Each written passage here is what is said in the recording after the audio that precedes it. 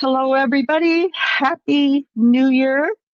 Last time we were here, it hadn't quite hit Christmas. It was December 10th, 2025, which was Daniel's birthday.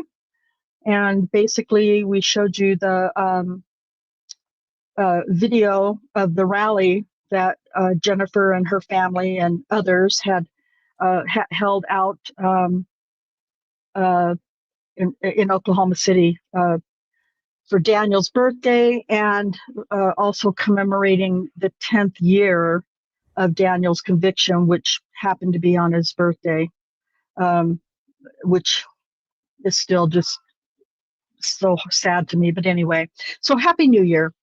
Hopefully everybody had a great Christmas season holiday and a fabulous New Year's holiday.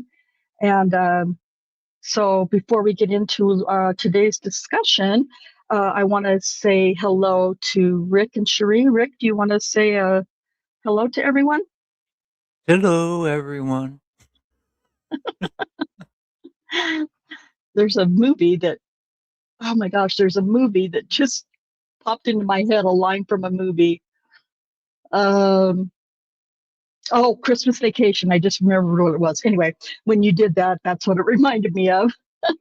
So great to see you again, Rick. I haven't spoken to Rick for quite some time. Rick's been very busy. Oh, just doing Rick stuff and jumping out of planes and, whatnot. No big deal. So, and Cherie, my soul twin sister, how are you today? I'm pretty good. How are you? I'm okay. I'm Good. just still trying to navigate this whole dual screen thing. For those of you who are watching, you can watch just a vertical version if you use your cell phone, or you can watch a horizontal version if you're on a PC or a laptop or a tablet, I guess, which is where I live. I don't use my cell phone for anything. So I'm still trying to figure out how commenting or making comments in the chat works. So we can see everybody's comments in Streamyard, whether they're on their cell phone or their PC. But I don't know if my comments, if I make comments in the Streamyard chat, if that shows up on both screens or not. So we'll have to, I don't want to play with it too much because it stressed me out the first time I tried it last month. So we'll see what happens. So, okay. Yes, So- it does. I just did a test in the StreamYard chat, and it's showing me saying it twice, one vertical and one regular. Okay. So yes, if we respond in through the StreamYard, it'll go to both. Okay, that's good. That's good to know. Okay, there we go then. All right, I have both of them open in YouTube, so we'll just see how it goes. This is a work in progress for me because I've slacked for so long this last half of this year. So we can see both comments from vertical and horizontal in StreamYard. So tagging somebody is difficult in StreamYard or in StreamYard chat, but I'll try to respond to you there, and Rick and Cherie will as well. Anyway, so Cherie, we haven't really spoken very much over the last holidays for sure this fall, and Cherie's been very busy with her work.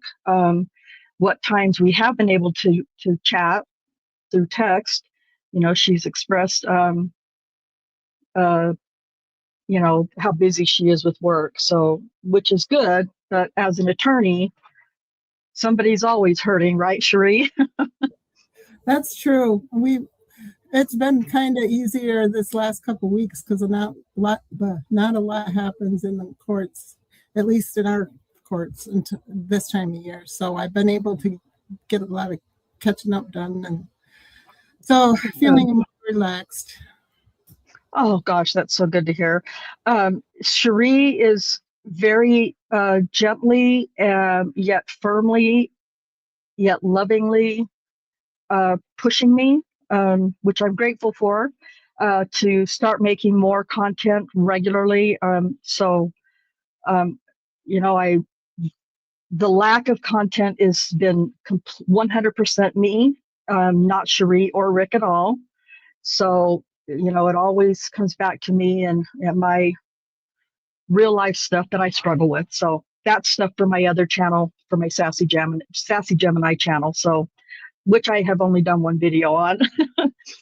Anyway, that's okay. But today, what we're well, let me just run through. I want to, because I like to do this. I have so few viewers that I can afford the time to take the time to say hello to everybody individually in chat.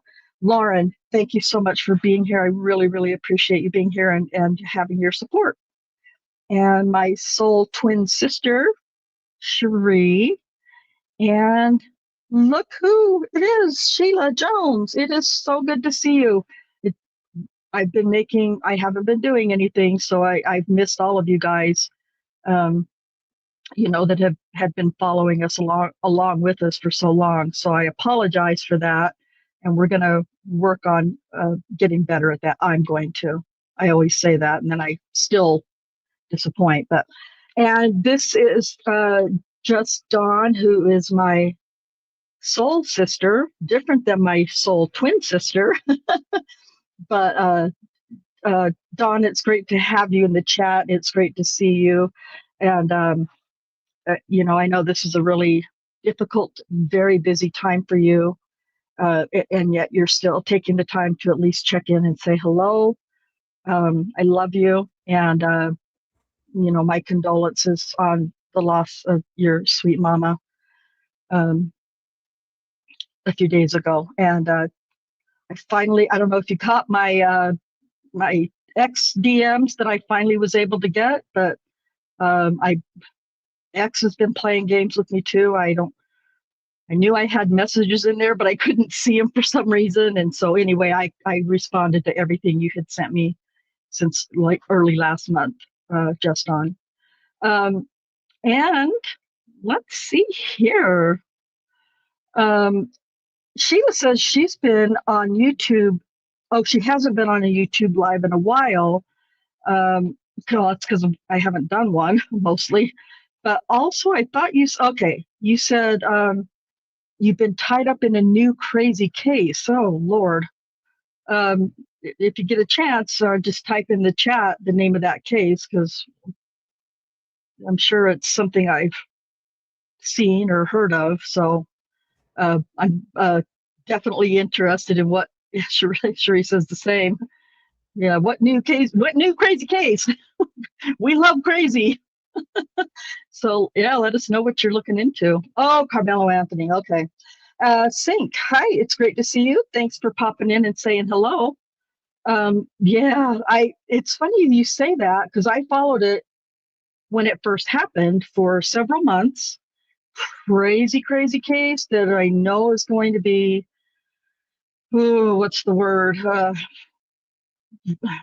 It's high profile for sure, but it's gonna be trouble. It's just gonna be a big fat circus all the way around. I'm sure of it. So yeah, Cherie says she's heard of it but doesn't know the facts. It's pretty insane. I think it happened April. It was April of 2025, and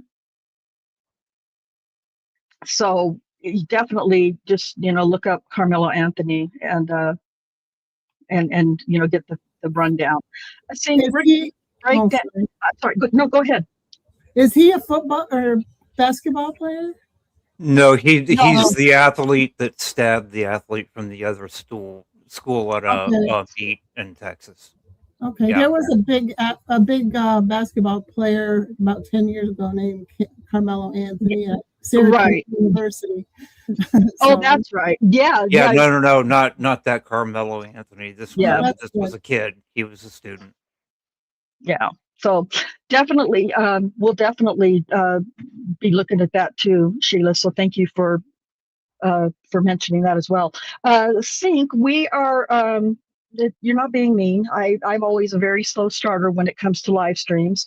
I don't know if you watched a video clip that I uploaded on the 31st about one of the accusers, but we're going to watch that because it's only like 1 minute and 32 seconds, and then we're going to discuss the significance of it. So hopefully you'll be able to stick around and check it all out with us. We've missed you too, Sheila, so I'm so happy to see you. People are getting arrested. The reporter on the case is getting doxxed. Yeah, it's been insane. Yeah. Okay. All right. So we are going to, I'm going to show the video that I uploaded on the 31st. It's 1 minute and 32 seconds long. And we're going to discuss why we think it's significant. And then we're going to go through some of the comments on that video. And hopefully, we'll discuss some of the comments. So without further ado, as they say, let's watch this clip.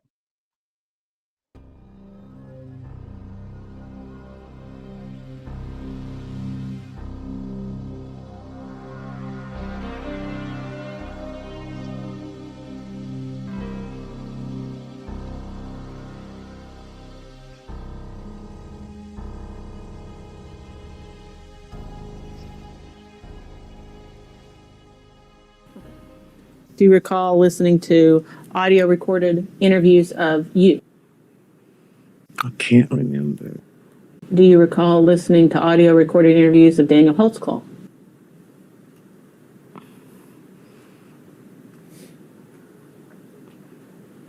Who is that? I'm sorry? No, I can't remember.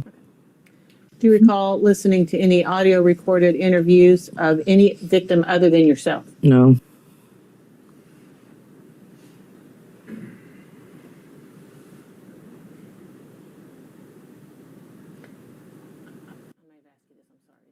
Have you listened to any audio recordings of Daniel Holtzclaw?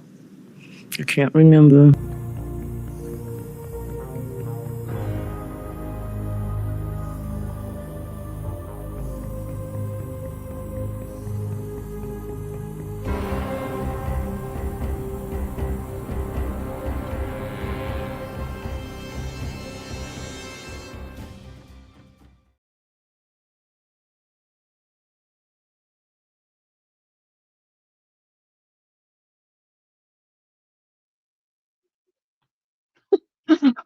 Still trying to get used to StreamYard. I need to get back in here and start practicing. Okay, so that was the small clip that I uploaded on the 31st. So for those of you who are very familiar with this case, you will understand why that clip is so significant.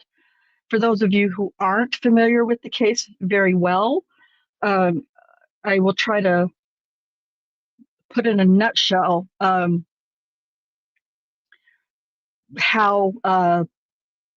what this means. So Jannie Ligons was the very first individual who accused former officer Daniel Holtzclaw of a sexual assault. And, that's, to go any further than that I'm not going to do that, but I have videos on it. Previous videos. If you don't know, then you can go back and look for Jannie Ligons. I don't know if I have her stuff in a playlist yet, but you can just, type in Jannie Ligons in the search bar and you can find the videos of her.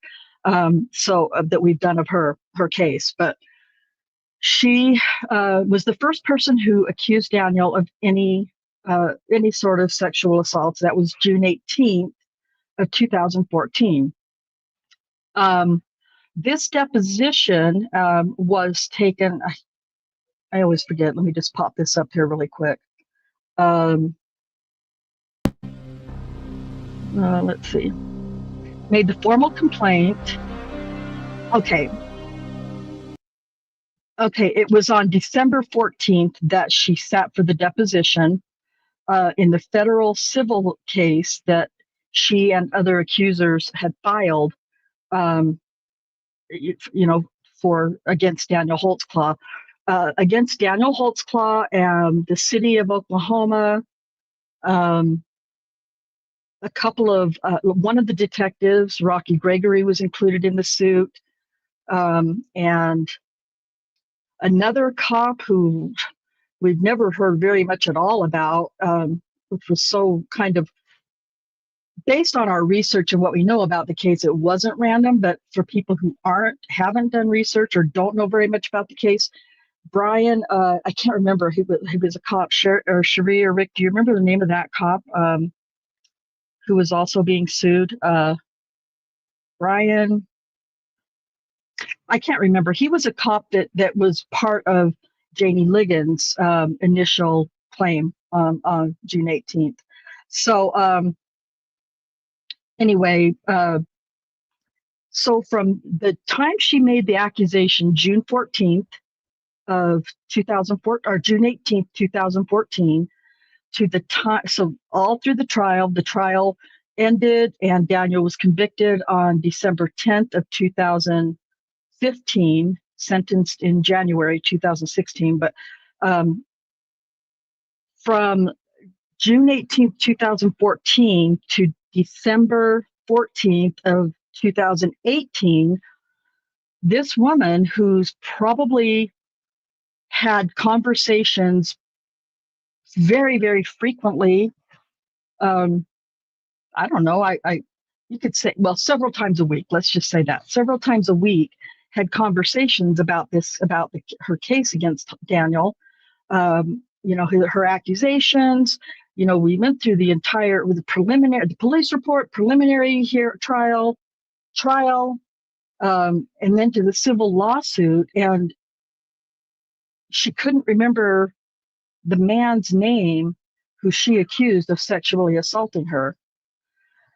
I don't know. I'll let Rick and Cherie jump in, and of course in the chat, comment in the chat how weird you think that is, or if you don't think it's weird. Well, I I'm going find to read it very you. weird. I refuse to believe a victim of that type of assault does not remember the name of the person. And if you notice in that clip, she started to ask who that was when they said Daniel's name, and then she looked at her attorney. And then it changed to, I don't recall. Yeah. Yep.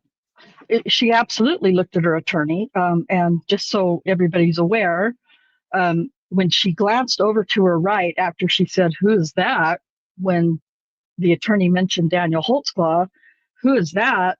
And then she, like Rick said, just almost immediately, she was like, for me, I'm thinking, this is just me thinking, oh shit. And she glances over to her right to look at her attorney, who, we know was sitting there. And that attorney was none other than civil rights attorney Benjamin Crump. So now that goes into a whole other thing because, Benjamin Crump, everybody knows his name. If a crime occurs against a Black person in this country, Ben Crump just seems to just like drop out of the sky within hours to, make a claim that it's racial and all those things, and file a civil rights lawsuit for whoever is involved. And Daniel's case was no different. He did the same thing with Daniel's case, especially at that point, because there were, 13 accusers who had,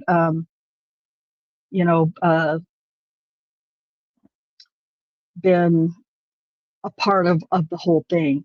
So, the one thing that I didn't do that I guess I needed to do anyway was pull up the video.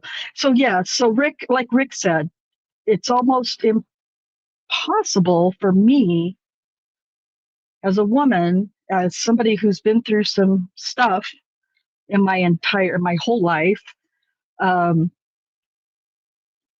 if you accuse somebody of doing something so heinous, and you happen to know that person's name, or you've identified a person and you know who they are, whatever the situation, like with Jannie Ligons and these other accusers, I just find it almost impossible to believe, like Rick said, that in just 4 years, you would forget the name of the man who you say sexually assaulted you.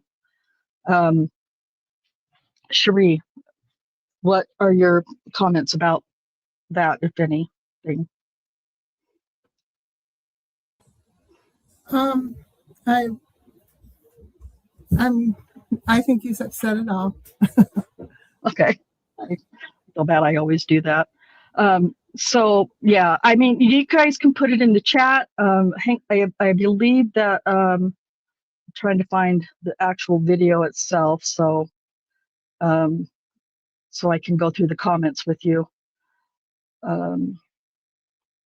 because they're pretty horrible. Well, I shouldn't say they're pretty. A few of them are pretty horrible. So we'll go through those in just a second. But anybody in the chat, if you have a comment about that, Lauren says, pretty significant if you can't remember the name you accused of assault. I agree. And that, yeah, absolutely. And we're not talking, because one of the comments is going to make a comment about it, and say something about, how can you expect all these years, people 10 years, who've been murdered or whatever, can't remember the name 10 years later either. Well, we'll talk about that in that comment. But Cherie says another accuser said in her deposition that the first time she saw who they said raped me was during the trial, and that's that's Sherry Ellis. So also another huge, I might just kind of redo that one and re-upload that one too. It's in the channel, in my YouTube channel videos, so you can go find it yourself. But I don't know. I think I might go ahead and re-release that one, or re-upload that one, and re-upload the one with oh my gosh, Barnes. Tabitha. Yeah, thank you. With Tabitha Barnes. And those are just 3 clips from 3 different depositions for this federal civil rights suit, which, drum roll for those who don't know, Benjamin Crump and his firm, other attorneys in his firm represented other accusers, they dropped that civil lawsuit against Daniel and against everybody they were suing. They dropped it a week before they were set to go to trial on it. I could be wrong, because I don't know every case that Benjamin Crump's law firm has ever, gone to court for or sued for, but I surely never heard of any case that he's dropped a suit that he was, making claims for.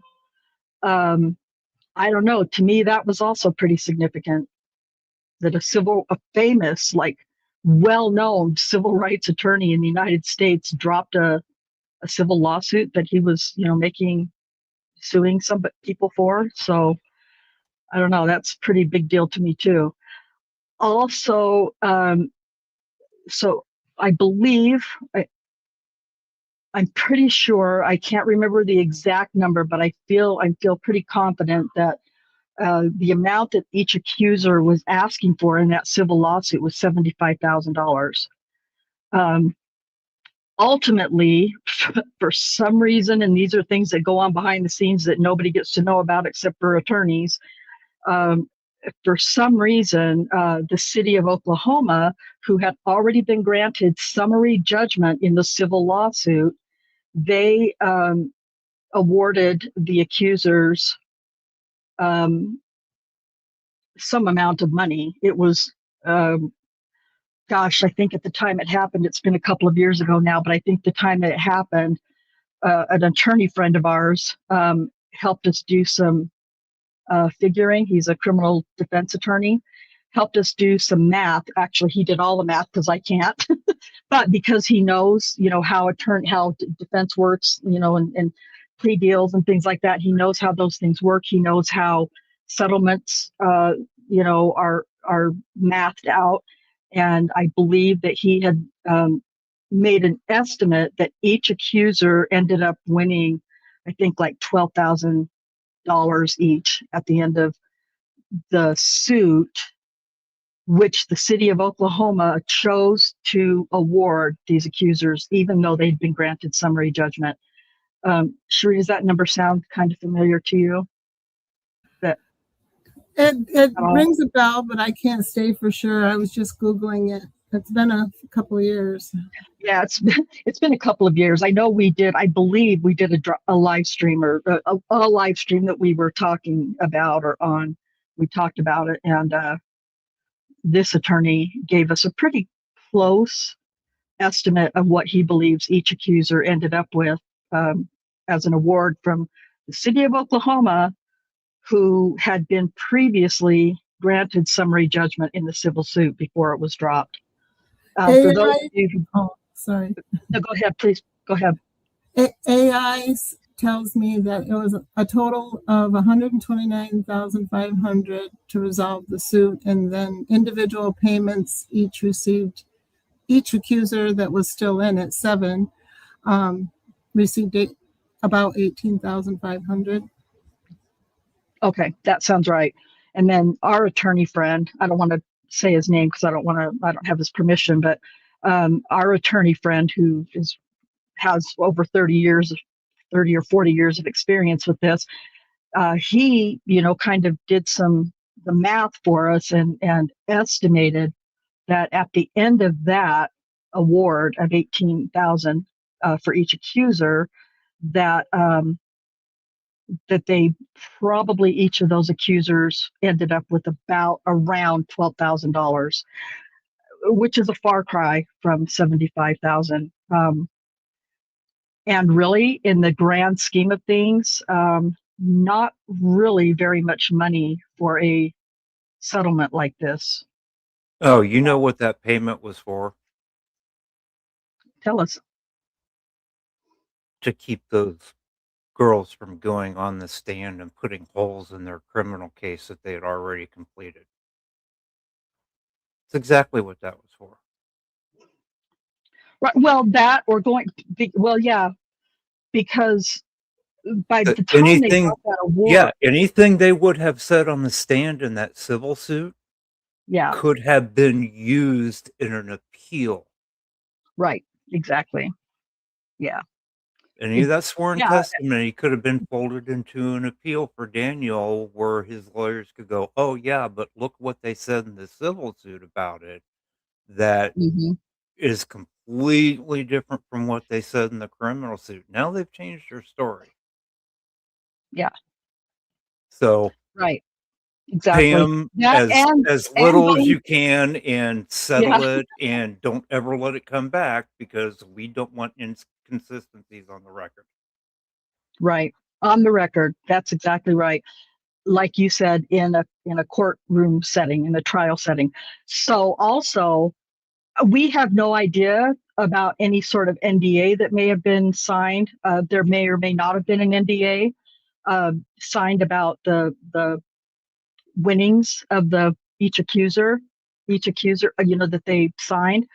But other than the total amount that was awarded by the city, that's all we know. We don't know anything else, but we know that these attorneys are all paid on contingency. If you win, we get 33, usually. Now, our attorney friend said it was closer to 40% in a case like Daniel's, but 33%. I know I had to file a wrongful death suit 20 years ago or so. And, there was a lot of negotiation, literally sitting around a big table, with attorneys and everything and witnesses. And, once a settlement was reached, either if we win, at that time, 20 years ago, my attorneys were going to be getting 33% of the total winnings right off the top before I ever saw a penny, and which is common. That's how a contingency works. And if we lose, then you don't owe us anything. Nobody gets anything. Those who are filing the suit don't get money, and they don't have to pay the attorneys any money. So just take that into consideration when you realize that it's Benjamin Crump that we're talking about. Benjamin Crump and his firm, I'm only going to speak for his firm. I know that he represented Jannie Ligons for sure, but he met Jannie Ligons. He was out there on the steps of the court the day that Daniel was convicted, raising her hand like he always does, hands in the air, her and Shardarian Hill, hands in the air. And, so we know that he was working on, filing this civil lawsuit for them on behalf of them from at least the time that the verdict was read in the trial. So when you think about the years that he put in as far as work into this civil lawsuit, and then to drop it a week before trial, listen, I have my thoughts and opinions about that. Then that's all they are, is thoughts and opinions, speculation, 100%. But I'll let you guys also, consider those things for yourselves and see how you feel, if it seems logical, for any of that to happen. And like Rick said, yes, keeping the accusers from, their story silent off the record, but also possibly if they signed an NDA, again, me speculating, part of it may have been that they could not, give interviews regarding it. Because to my knowledge, there has not ever been an interview given by any of these accusers since the suit was dropped. That's not uncommon necessarily, but a lot of times, especially in a high-profile case like Daniel's was, you see people walking out of the courtroom and, talking about, the outcome or how they felt about it, agreed, disagreed, whatever. But because we didn't get a trial on that didn't, those interviews couldn't happen. So for any reporters or whatever to come around and asking these guys for interviews, they may have been by law not allowed to give an interview. That's, again, me speculating because I don't know that. That's just what my brain can, think. So take that for what it's worth. Cherie, I know that's not the type of law that you practice, but I know you've done a lot of work and a lot of research outside of this case. Does that sound kind of logical to you about, with the cases that you know about? That could be a thing, and you're right. You don't hear a lot, or actually any really real interviews since this lawsuit. So it's a good possibility. Yeah. Again, me speculating. And the judge even in this case even suggested that they do this. You might want to settle, because he foresaw more problems if they didn't, apparently. Right. Yeah. Listen, someday, I don't know when, but hopefully someday, there'll be more information about some of these depositions that'll come out. I don't know. I can hope and dream and wish. You don't have to be a little girl to have hopes and dreams, right? But I would venture a guess that there's probably other, nuggets, besides the three that we have been able to share, including this one with Jannie Ligons. So it is a big deal to, I think, a lot of people. Again, if you have any comments if you have a comment about it in the chat, like Lauren said, pretty significant if you're unable to remember the name of the man you claim assaulted you. So I believe that as well. I So had to what go we're grab going to my do, files. I seem to remember having an interview that I printed out from an Oklahoma City newspaper that happened after the civil trial ended. okay.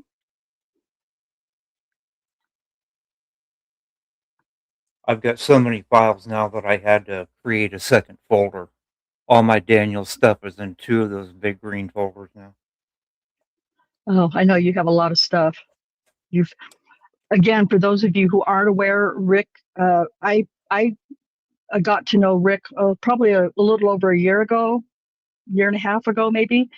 And I can't even remember how it happened, but um, somehow in a chat, we were both in the same chat on a different channel, talking about nothing about this case, but I'm always, dropping little comments here and there in different chats if it applies about Daniel's wrongful conviction. And somehow I got to know, Rick. I found out from Rick that he had this huge file of stuff that he has on Daniel Holtzclaw, because he had independently been researching the case for from the beginning since he learned about it. So he's got files of everything that he's printed that he could get his hands on that was publicly available. And so, yeah, definitely want to let us know if you find what you're looking for, because he also, didn't just have the files, but he was making notes and things as well. Also, there's another gentleman that from time to time is able to make it to our streams. His name is goes by Sergeant RP Games, I believe. He's also very aware of the case before I knew him. And another gentleman named Michael Stetson, also independently. And these are guys that I got to know from a different sort of content on YouTube. Was really strange. So anyway, my point is that we knew that I learned from that we were actually reaching, or that Daniel's case was actually reaching more than I thought it was. So that kind of was refreshing for me. Did you find what you were trying to get your hands on, Rick? Yeah, I'm trying to find the name of the person. Okay, I'm going to start going through these comments, and if you find it or find the name, don't hesitate to butt in, and we'll jump right on it. So I don't know, I've never done this before, so I'm going to see how it works. So this is the video that I uploaded on December 30th. So we're going to kind of go through some of the comments. Also, I pinned at the top of the comments there the website that has been created for the case, new website. So go ahead and follow that. Check out that website, for other information that you might be interested in. Okay, so we're going to start with this first comment by Blue Ridge Bike Man, it looks like. And this person says, hello. Well, I read it like, hello. I'm reading comments, you guys, so I'm not able to be seeing, I'm not in StreamYard, so I can't see any comments or anything being made in the chats.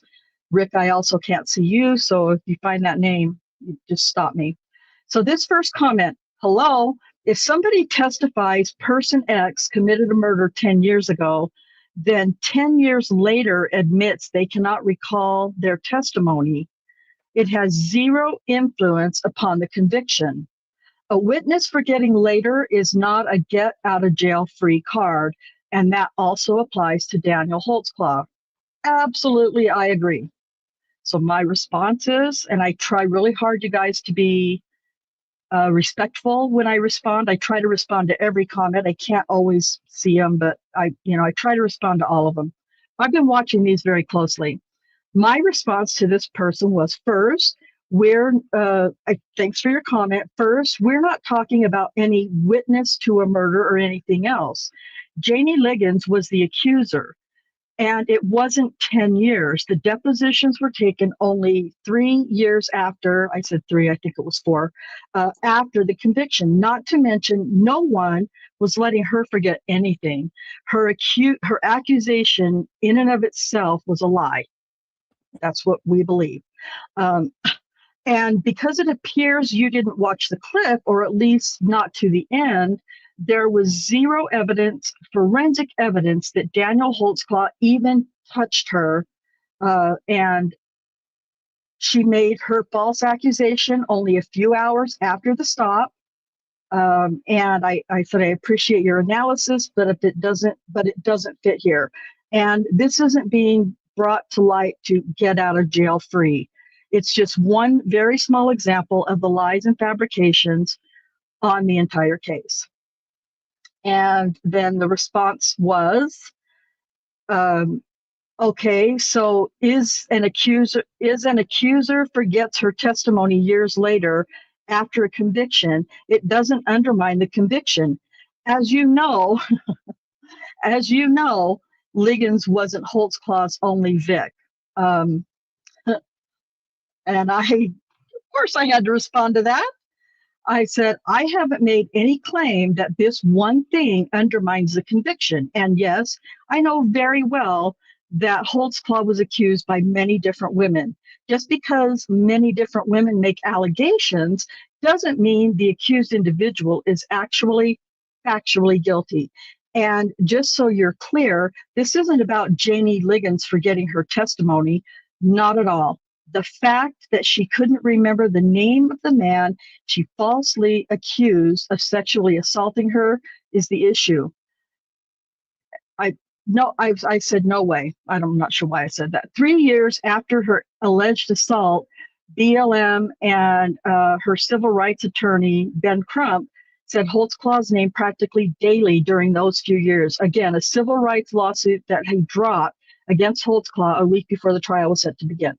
No matter how much you twist this, you can't change it. There is no reason or excuse for her forgetting the name of the man she claimed for all of those years of sexually assaulting her.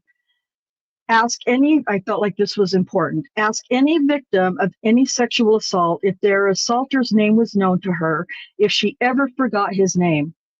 And again, there was zero evidence, forensic evidence, that Daniel Holtzclaw even touched her.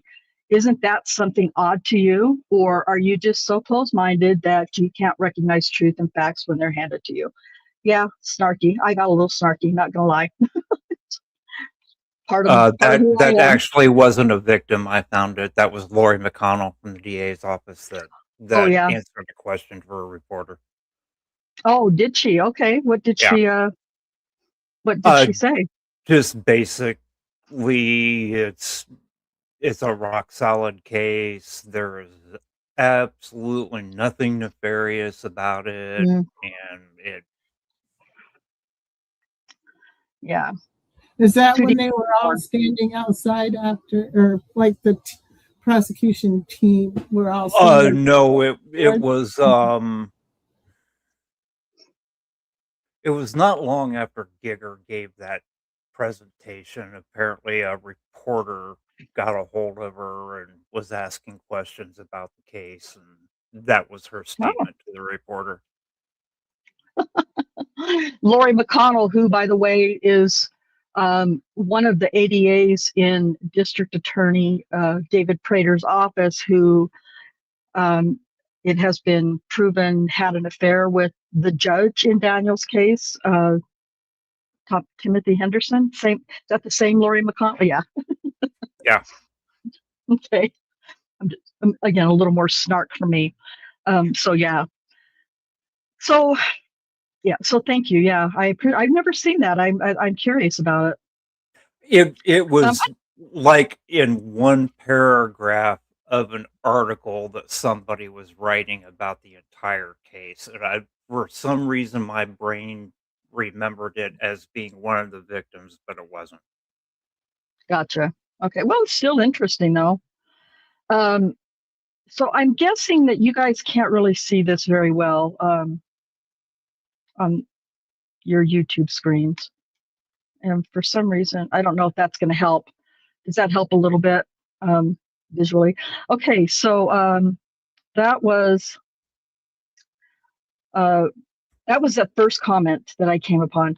And then somebody else said, a woman will never forget any form of harassment. And I said, it's certainly not the name of the person she claims assaulted her.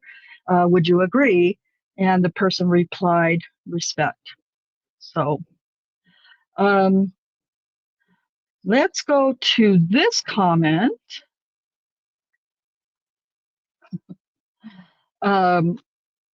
By somebody named Michael Farah, it looks like. Michael Farah says, you're all in on supporting a serial predator rapist. That's wild. I'm not afraid to say the word rapist on YouTube, but whatever. I actually hate those little code words that people use. But I get it. Apparently there's some sort of censorship issue with it, but my content revolves around that. So anyway, I said, responded, hey, thanks for your comment. Tell me, what do you know about this case?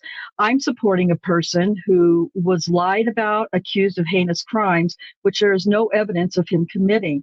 What's wild is that you say that not knowing that what's wild is that you say that not knowing, and you say that, my grammar is obviously poor, you say that not knowing anything about what happened. The response to that was, and then I made a big long thing after this to counter all of these things that he's going to say here.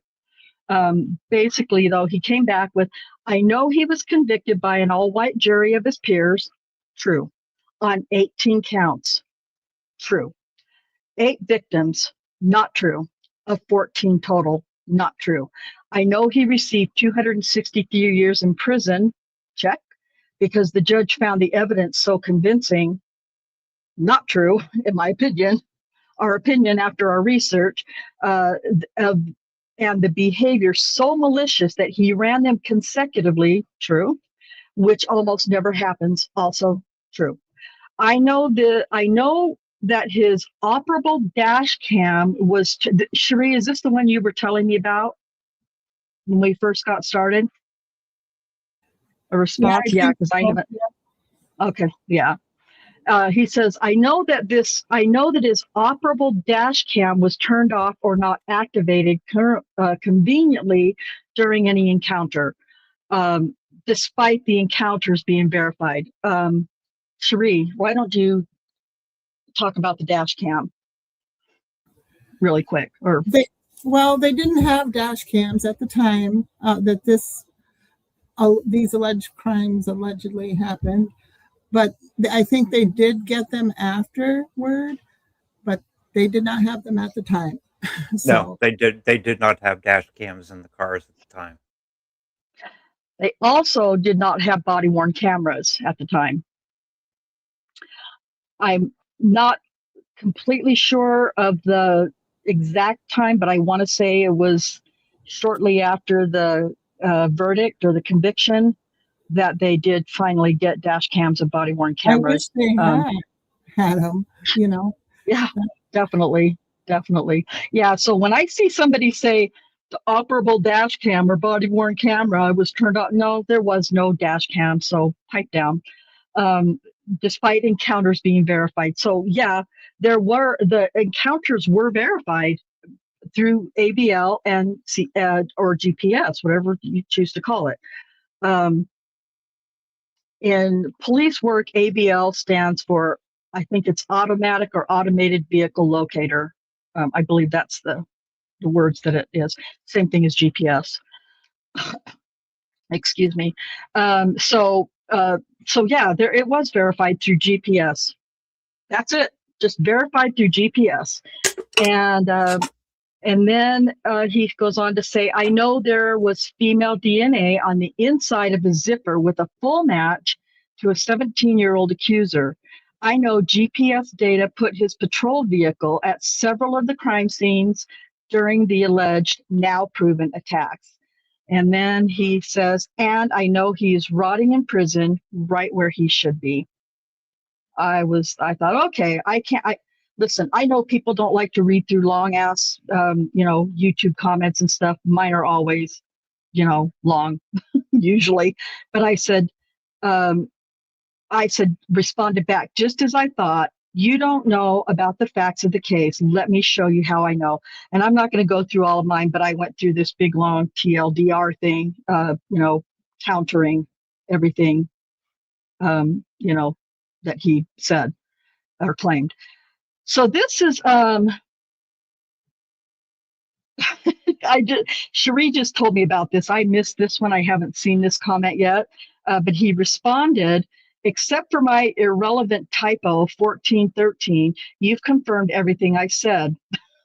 More than a dozen accusers convicted on 18 counts, 263-year sentence. This is all, listen, none of this is have been disputed. He's not telling me,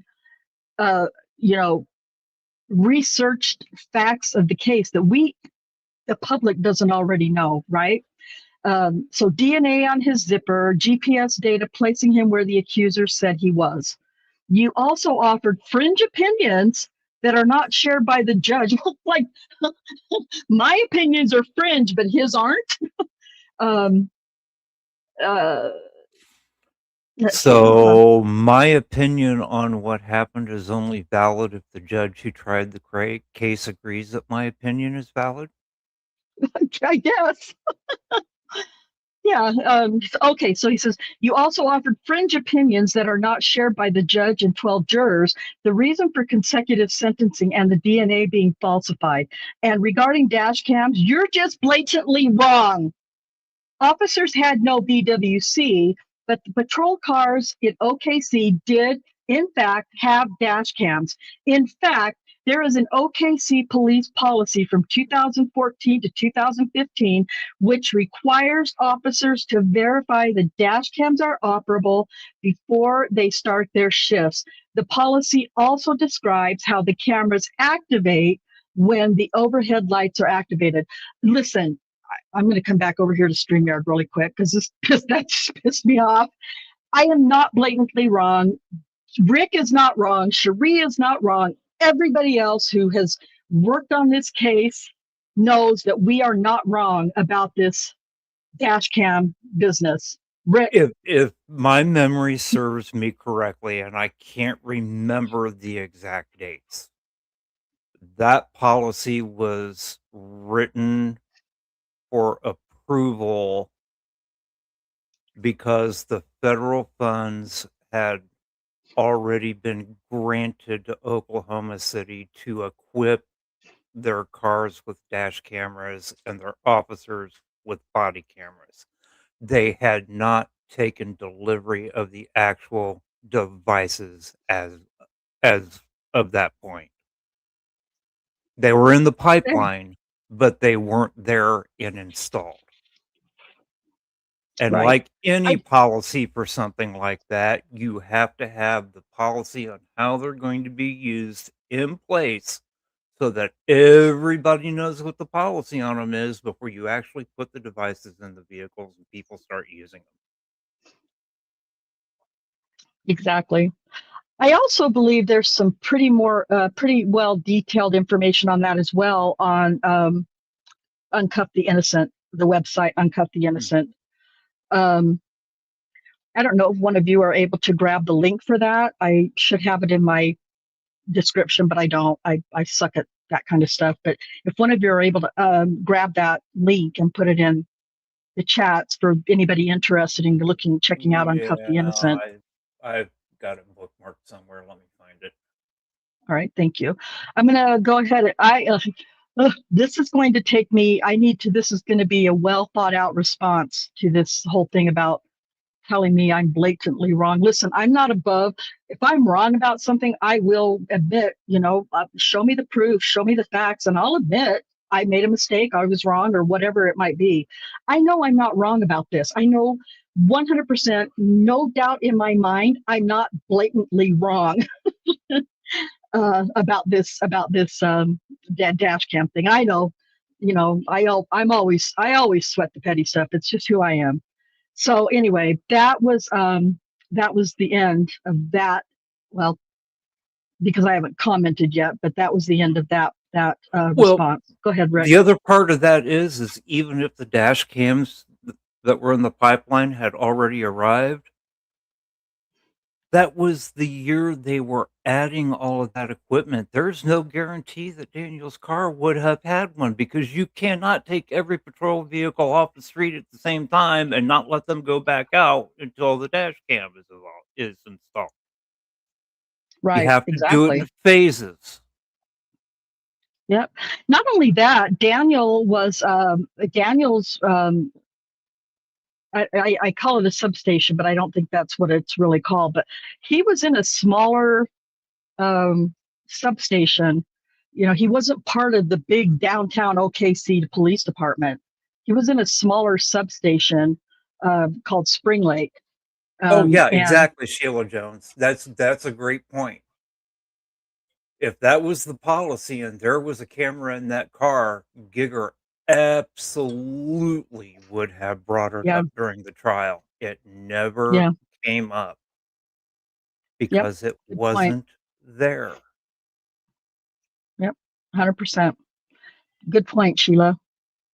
Yeah, exactly. Okay, so then we started getting into some more aggressive comments. Before I say these words, well, not that I'm afraid to say them, but I'm going to read their words out loud. These are public, so anybody can go into the video comment section and read them for yourself. But I'm going to read them out loud for you. So this person, don't know is the name. It looks like. No, you don't know. Says, keep supporting a pedophile, rapist bitch. You are definitely a stupid, dumb person. Wow, that is such an intelligent comment. I just can't. I don't know how I'm going to counter this. But trying to be respectful and not be whatever this person thinks I am. I said, wow, you're calling someone you don't even know anything about a racist bitch. That's pretty typical of people who are unable to make intelligent, logical debates. Your name calling doesn't offend me, upset me, or piss me off the way I guess you hoped it would. What a sad individual you are. Because that's how I really feel. But those are just words to me. They mean nothing at all to me. So. And then, of course, we did get some positive comments, some positive feedback. Daniel Holtzclaw deserves to be let free. I didn't believe he was guilty from day one. And then I responded to that very thankfully. And then Company Mule said, I love that Daniel is rotting in prison with some laughing emojis. So I said, you seem like someone who knows about this case. Why do you love that an innocent man is rotting in prison? Then here comes the response. I love that this evil pig can't abuse and destroy any more lives. I love that racist cunts are up in arms because they see no value in Black people's lives and can't see how anyone cares about Black people anyway. Now, let me just say, I just read out I have said that is now the 5th time in my entire life I've ever said that word, but I'm putting it out there the way it was written. I'm not offended by the word. I don't even know what that really is outside of, Scottish and Irish, words that they use on a regular basis. But it doesn't offend me. And then he goes on to say, I love that there's one less tyrant pig on the streets. I revisit the case for hope. It truly brings me joy knowing he's being held accountable. He is kind of the poster boy for all the racist pigs that get away with abusing marginalized people.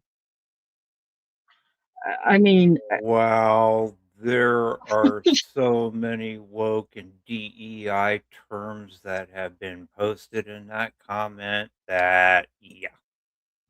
well, I mean, and just the guy's name, or person's name. So I responded to that with, "Aw, such nice language. I'm not surprised. Racist is your favorite go-to when you can't make intelligent, logical arguments and you've only listened to the side of the story you choose to believe. Your words don't upset or offend me. I know who I am and what I believe in, and so does my black baby brother," because I really do have a baby brother who's black. So it's so when people call me racist, it's just kind of laughable to me. I mean, I suppose I could still be, have a black brother and still be racist, but my brother and I are very, very close. So anyway, so I like to toss that in every now and You then. know, Someone calls me racist. people that go to that, this is when they tell me that to my face, this is what I always tell them. I have assisted in surgery on black people, white people, American Indian people, Indian people, Orientals, and every shade combination thereof. You know what? They all bled red and all their organs were in the same place when we performed surgery on them. Yeah, that's a They're good response. just people. Yeah. They're just people. Yeah, just like the rest of us, we're all just human beings. Yeah, so, but somebody like this is just never going to be able to see anything, different. And that's their life and their, I don't know, unhappiness, their misery. I don't know. But, It's schooled into them. You were talking yeah. about Benjamin Crump. Do you know who his wife is? No, I don't think I do. His wife runs a foundation that's called an educational foundation where she helps get all this anti-racism and DEI stuff into these schools. Oh, She is she wouldn't be my supposedly an friend. educator. She worked as an assistant principal at one point in time before she started her foundation. I did not know that. So- Sheree, were you aware of that? Yeah, she gets the kids educated that all white people are bad, or anybody who doesn't agree with you is bad, and then her husband goes and sues those people. No, Wow. I didn't know that. Very interesting. Yeah. Very interesting. Thank you for that, Rick. Yeah, that's interesting to know. So I finished this comment with this person after I talked about my black brother. It truly brings me joy that you live in a world of your own hateful mindset that will never allow you to find true peace and happiness. And then I said, actually, it doesn't bring me joy. It only causes me to realize how pathetic people like you are. That's pitiful, but you still have time to repent for your hateful heart. Listen, it's just a hateful heart and soul. And I know that, my faith and my belief in God, just not that I don't have those kinds of feelings in my heart and soul at times for different people or different situations, but I know what that kind of hatred has done to me in the past. It was nearly destroyed me for several years of my life until I had to realize that it wasn't the person who had wronged me that was causing me the pain and the, misery that I was feeling in my life. It was the hate that I harbored for it. So, I think I already read that comment. Yeah. And then, okay, then another comment from somebody else said, seems like you are playing on the stupidity of a handful of viewers who are gullible. So just so you guys who are watching and who might watch this later on replay, just so you guys know, you all are gullible. So if you watched the minute and 32, well, if you watched it because we played it at the beginning, but if you watch this and you believed what the video shows, your own eyes and your own ears, You are gullible, just so you know that. So who are gullible enough to believe this video, and 13 women who were all complete strangers lied to put Holtzclaw in prison. They did. They just did. They freaking lied. There's no other way to say that. Just trying to get some clicks and make some money. Cherie, how much money has been made on this channel? Less than zero because of the, the expenses. Yeah. And running Yeah. it. There has been no money made. We are not, well, I think I'll address that in the comment that I made back to him, but yeah, let's go finish. Yeah, Because this show has actually cost me money, and I came into it late. Yeah, I don't get paid for my appearances on here, but I'm the one that buys the paper and the ink for the printer to print out all the information that we go over on this channel. yep. I actually Exactly. am paying to be on this channel. Yes, you are. You are. There are others who are as well. And those of you who are paid members, we thank you with all the gratitude that I can get from my heart.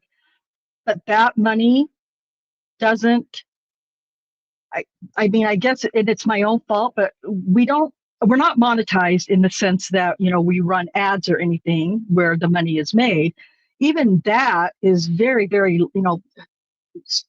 YouTube takes at least 30% of the money collected from ads, super chats and things like that. So those who are members, I don't create enough content. That's my fault for that to even show up in my earnings that way in this channel. So so I responded, I'm not playing on anything. I've been covering this case for over 5 years, plus legal documents, police reports, preliminary and trial testimonies. I've covered the lack of evidence and the faulty false DNA used against Holtzclaw. So I'm not playing on anything by anyone else. I'm using my own deep dive research. Yes, all of the accusers lied at the highly coached direction of the corrupt detectives and prosecutors. And just so you know, I don't make any money on any clicks and views, my channel and blah, blah, blah. I've already said. So I just thought, that's just, I don't know why some of these are posting twice, and I don't know why that happens. That's the same comment. And then this person, Zazu, it looks like, said, this means nothing. She is just one of the victims. That guy was obviously super corrupted, but he got the sentence, which would be in any normal country, 10 or 20 times less prison time. Yeah. So, yeah. So that's, but it does mean something. It means a lot. She couldn't remember the name of the man who she claims sexually assaulted her 4 years earlier. So he wasn't corrupted. Who said it in the chat earlier? Cherie, was it you that said you remembered one of the supposed victims saying the first time she saw him was during the trial? Yeah, Sherry Ellis. Yeah. Rhonda has a video on that too. Yeah. There's a video. Yeah, it's if you just look up videos, it's its own video. There's one from Sherry Ellis and one from Tabitha Barnes, from their depositions. Cherie, I don't know if you can get your hands on either of those quickly. And just post the links. I mean, don't worry about it if you can't. But yeah, it means a lot.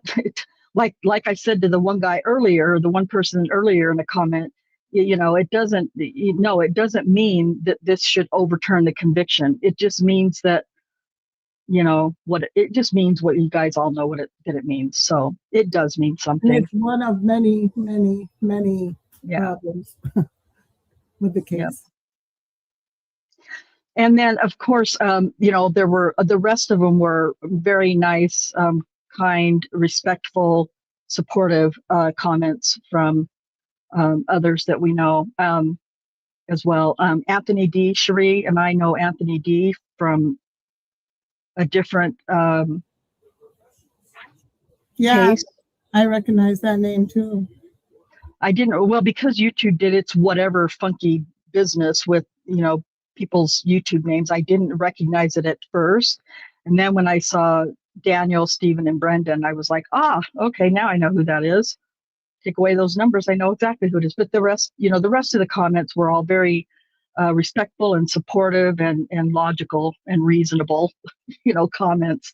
So anyway, those were just some of the, you could say I was sensationalizing it, whatever. I don't really care. But I just wanted to show, for anybody who hasn't seen the case, or doesn't know very much about the case or whatever, that it's really hard to get people to support a former cop. So, yeah, that's what's throwing out the name. Yeah. It's all the doggone numbers, and mine didn't change. I think the only thing that YouTube did to my name was just combined Just Rhonda into one word. There's no numbers or anything behind it, but Yeah, I need to get into the YouTube dashboard. I hadn't bothered to do it since they started doing that. Supposedly, there's a setting in the dashboard where we can go in and make it not do that and just use the oh, nicknames that people used to have. really? Oh, that's good to know. I didn't know that. Sheila, I know who you were. I knew immediately who you were, even without your last name that you just typed in there. We know who you are. So, yeah. Yeah, that's interesting, Rick. Do I have you as a manager in Yeah, you YouTube? do. Okay. Yeah, you do. That You would be made me a awesome. manager the same time you made me a mod. Okay. In Just Rhonda or in Sassy Gemini? And just Rhonda. Okay, perfect. I Great. don't Yeah, if you think can, I don't think I'm a manager for your Sassy Gemini. I don't think I have anyone. I don't think I think it's just me, and like I said, I've only done one video. So anyway, yeah. So anyway, I just wanted to bring you guys, some idea of how difficult it is to get support for, an officer who gets accused of something falsely, Well, this wrongfully case convicted. involves an officer, and over the years, we have seen a number of officers of all colors be wrongfully accused of something, but it's it's more than just police officers. I mean, in my lifetime, I would need a calculator to add up the number of defendants that ended up being absolutely innocent that were falsely accused, but because the media got hold of it, Yep. Everybody believed they did it, even though they didn't. Right. And even though there's evidence to prove that they didn't. Mhm.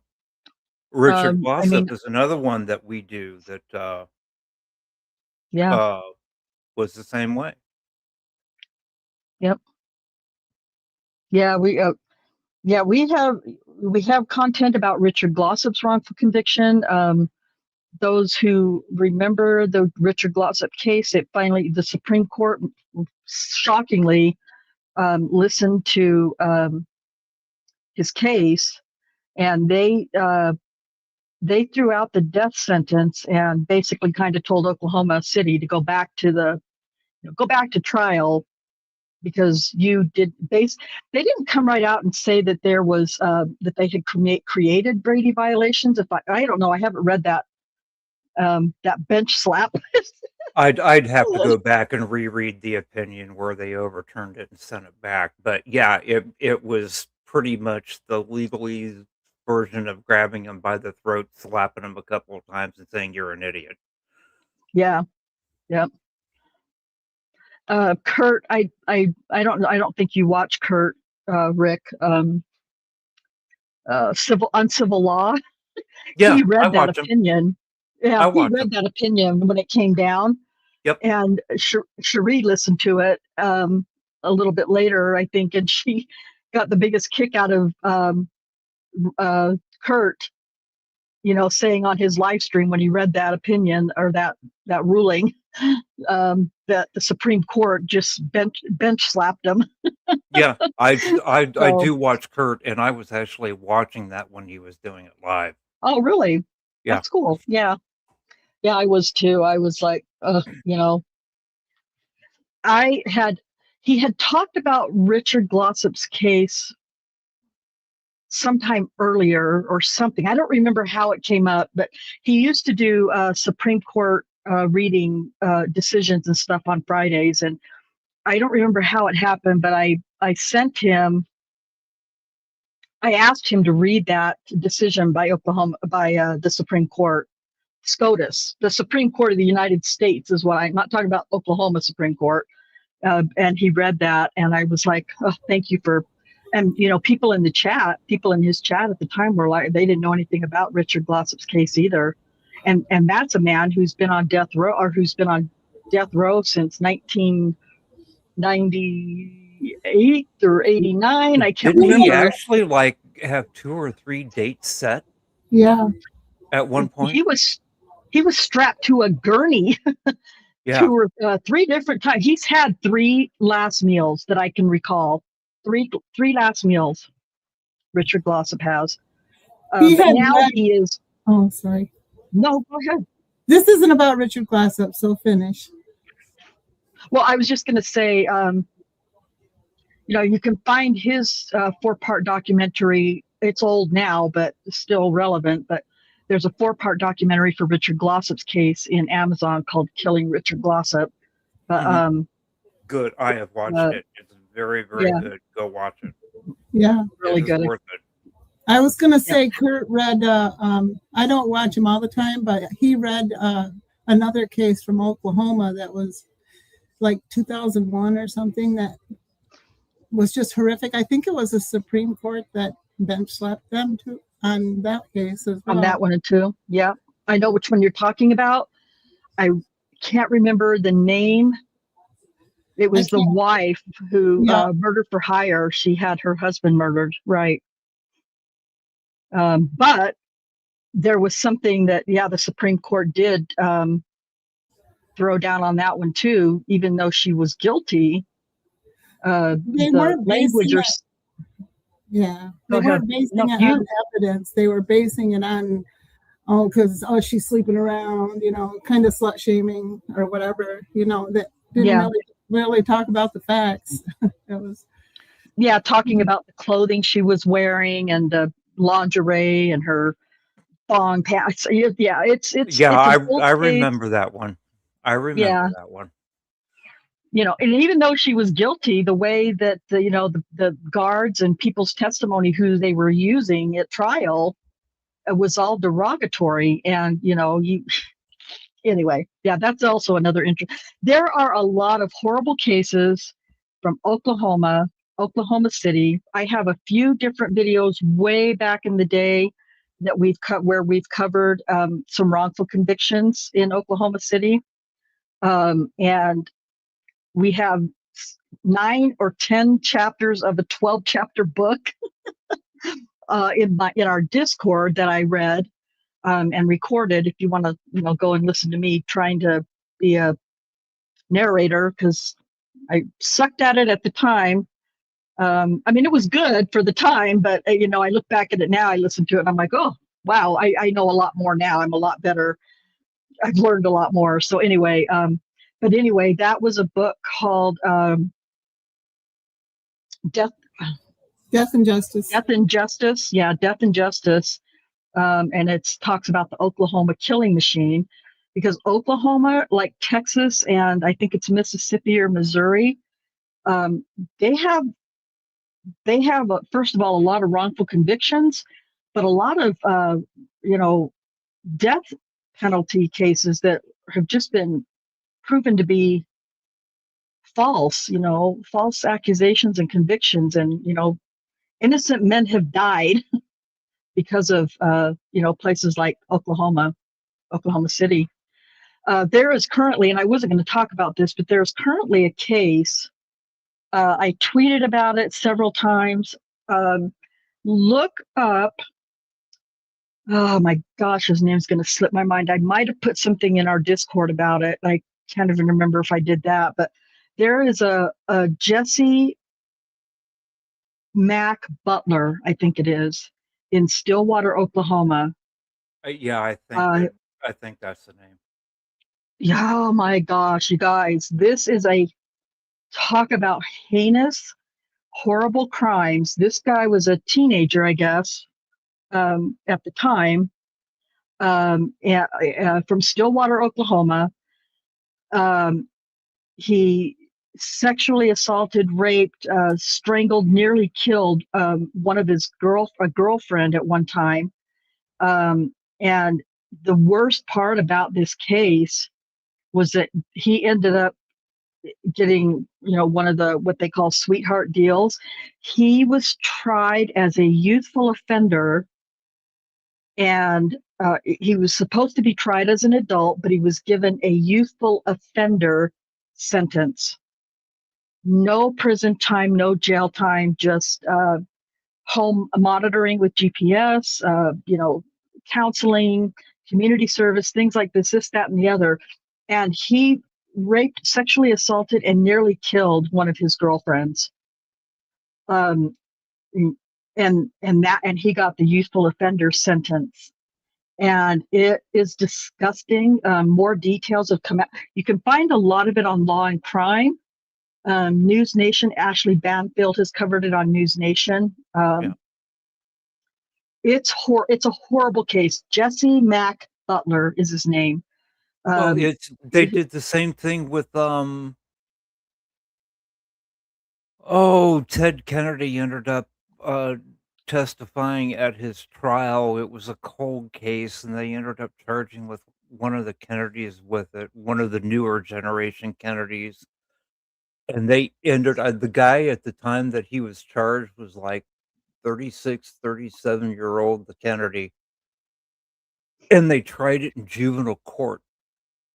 Because the offense happened when he was supposedly a juvenile. And I'm like, what was you? Is that Martha Moxley? Is that yes. Yep, that's who it is. And Mark Furman wrote a book about that case as well. I haven't read it yet, but yeah. So, yeah, I remember that happening, and I remember they finally, you know, indicted and you know, arrested him years later. And yeah, yep, because he was a juvenile when the crime happened. As an adult man, he was tried as a youth. It's just, not to mention, in my opinion, if a teenage boy, 17, 16, 17, 18, 19, 20 years old, commits these kinds of horrible, horrific crimes,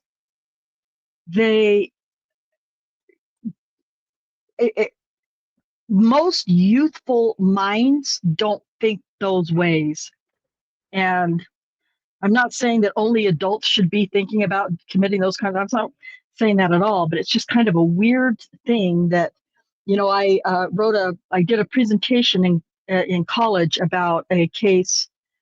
I talked to Shuri about it because it happened upstate New York. The guy's name was Eric Smith, was 12 or 13 years old, and he killed a little 4-year-old boy in I can't remember the names of the little towns, but they were small little towns upstate New York. And he served time in Dannemora, Cherie. There is a Dannemora prison in New York. I don't know if that's where he was. But. Yeah, it was that one. And anyway, he started coming up for parole. And every 2 years he would go before the parole board. He would get denied, but he was released about 5 years ago. He was in his 30s by this time, and sorry if a 12 or a 13-year-old is thinking, I don't give a shit what they do in prison to rehabilitate themselves. You kill a 4-year-old little boy, and he didn't just kill this little boy. The details that came out about that case were horrific. What was Yeah, done to that little boy, it was a horrible Roby. case. Yeah, Roby was his first name. I can't remember his last name, the little boy. But hey there, how are you, my beautiful sister? Can't we all just get along? Hi, Jennifer. Took me about 3 or 4 weeks to realize who that was. When the names all changed. Did But you thank you hear for being about here. the recent federal court ruling in that wrongful conviction in Michigan?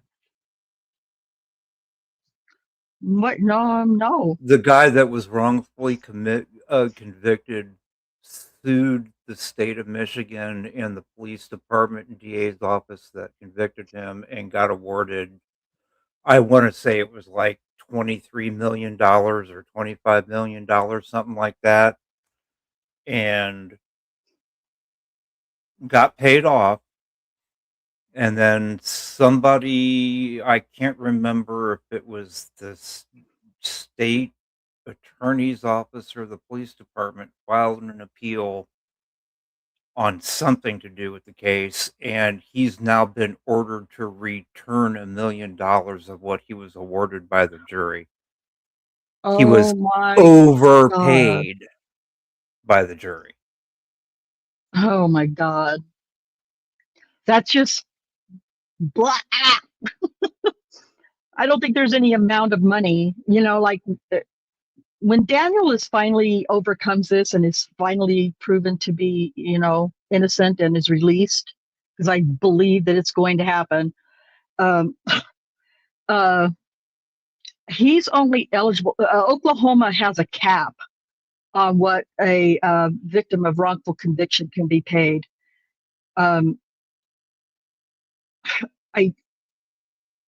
Something makes me think it's either 75,000 or 175,000. I realize that's $100,000 difference. I get it. I know, but regardless, even if it is 175,000, that is not enough for somebody who's been wrongfully convicted and spent, any amount of time, behind bars for something they didn't do. But Oh yeah, the Oklahoma guy has in a cap. Michigan wasn't just in there for a short period of time. He was in there for like 16 years. Yeah.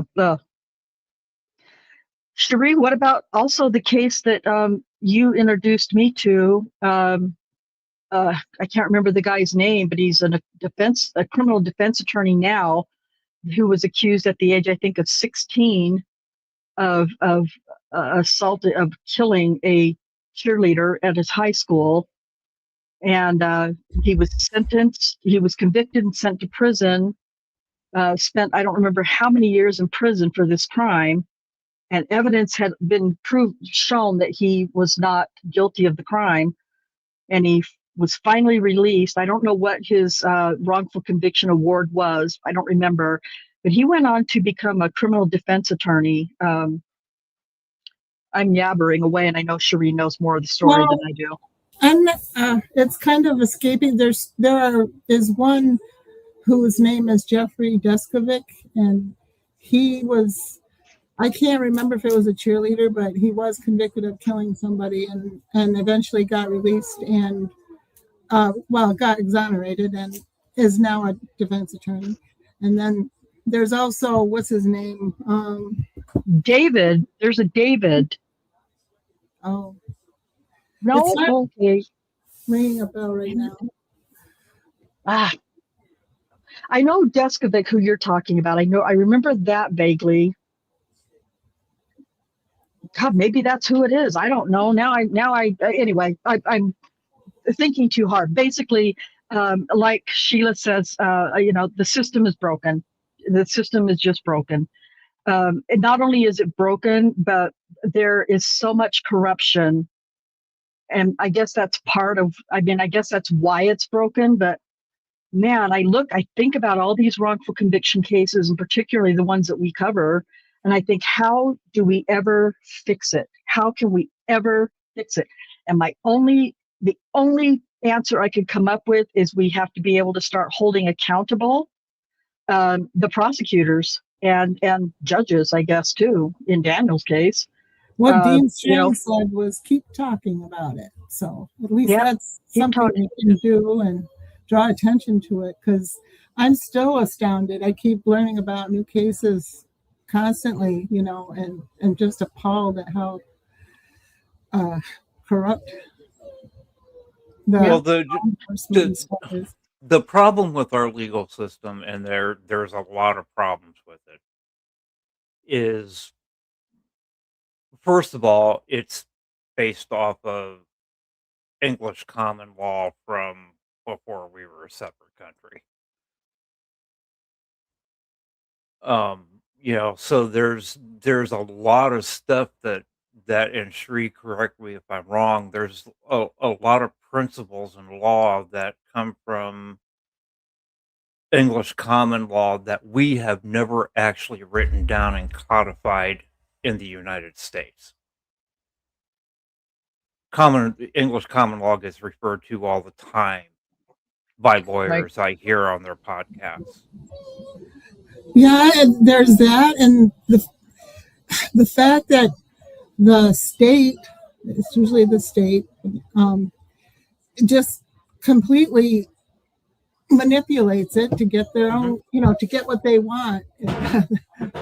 That's what really astounds me. And it's rarely, from what I've seen in the last 20 years, it's rarely, what they want is rarely justice. No, they want numbers. That's how they move up. Yep. And the egotistical arrogance in many prosecutors, not all. I mean, I know there's good prosecutors. I mean, I'm not going to lie. The man who prosecuted my brothers, he was a good prosecutor, and he got the convictions because my brothers were guilty. So and he was a good man. But I feel like a lot of attorneys, and the name's going to escape I have a horrible memory. The book, something about injustice or something, written by a former prosecutor who stepped away from the state office and became a criminal defense attorney. He even says in his book that, he was shocked to learn and really disappointed in himself that he had become a part of that machine of not looking for justice, but looking for money and, higher conviction rates. Yeah. That's Mark Godsey, and it's Blind Injustice. Yep, Blind Injustice by Mark Godsey. Listen, that is a fabulous book. If you haven't read it, or definitely check it out, because it's a really, really good book. Mose, how the heck are you, brother? Oh my goodness, it's been so long since we've seen you. It is so great to see you. I hope that you and your wife are doing well, and surviving that eastern area weather and all of that stuff. And please tell your wife that we said hello.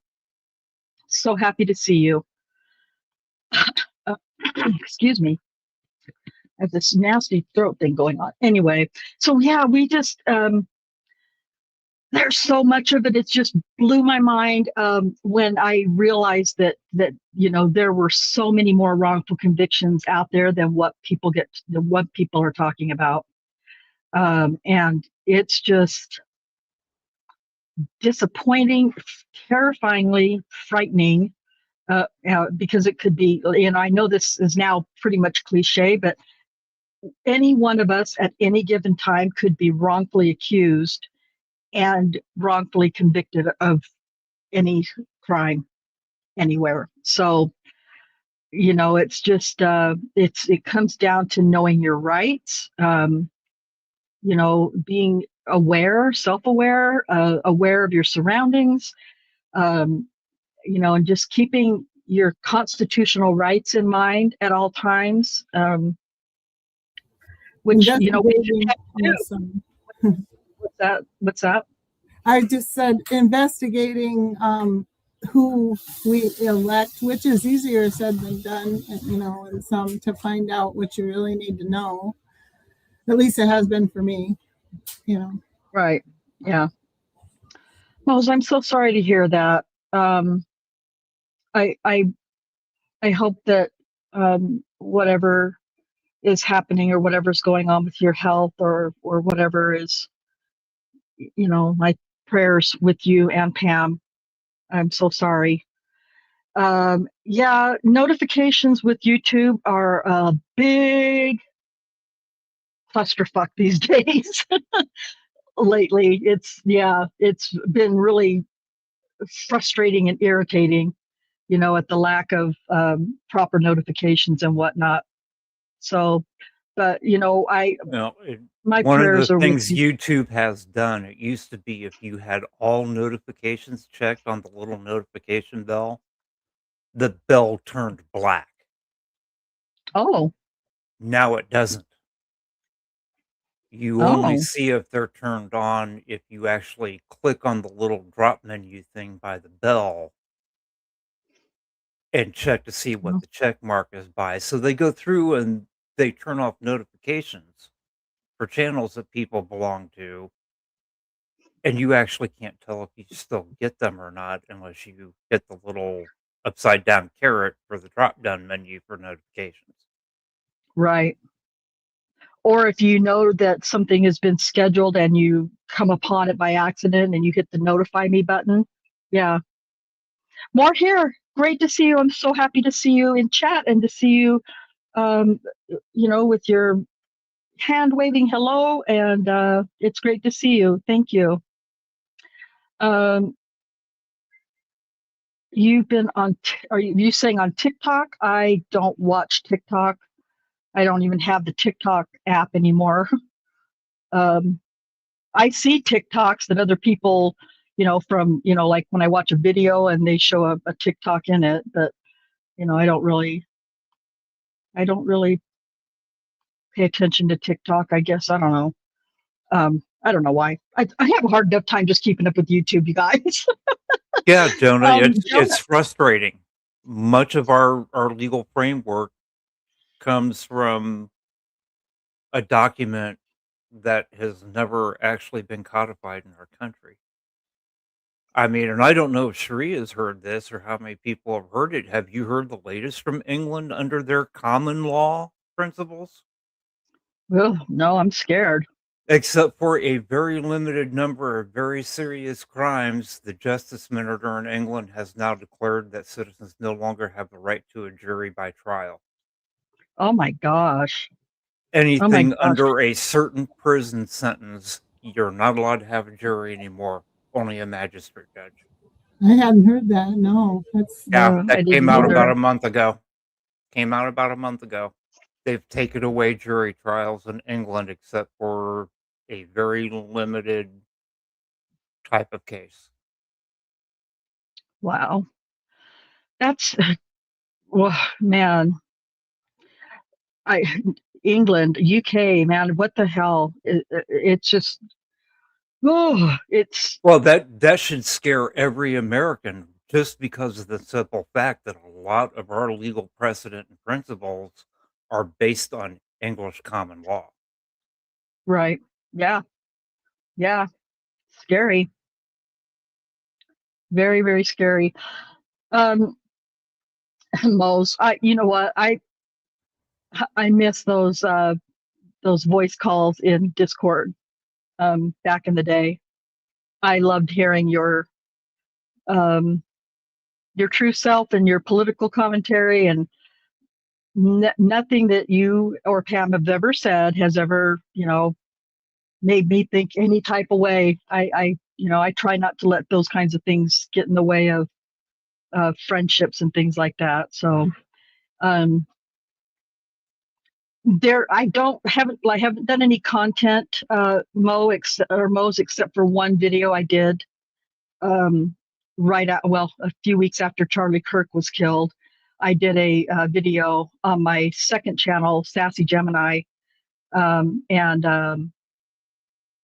I just talked about how that affected me and my family, and because I live here, where it took place and everything. But that is a channel where it's going to be a potpourri of anything that political, if you want, or whatever I might just go on and randomly discuss. I don't do any political conversations here in this channel. I try to keep that away from Daniel's case as much as possible. But I should probably start doing more on my Sassy Gemini channel and use it for what I intended it for. So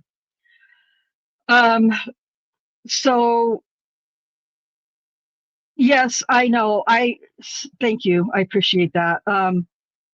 Jennifer, after I looked a little bit more into the vertical and horizontal modes, I realized that I had more views on the mobile version than I did on the PC version.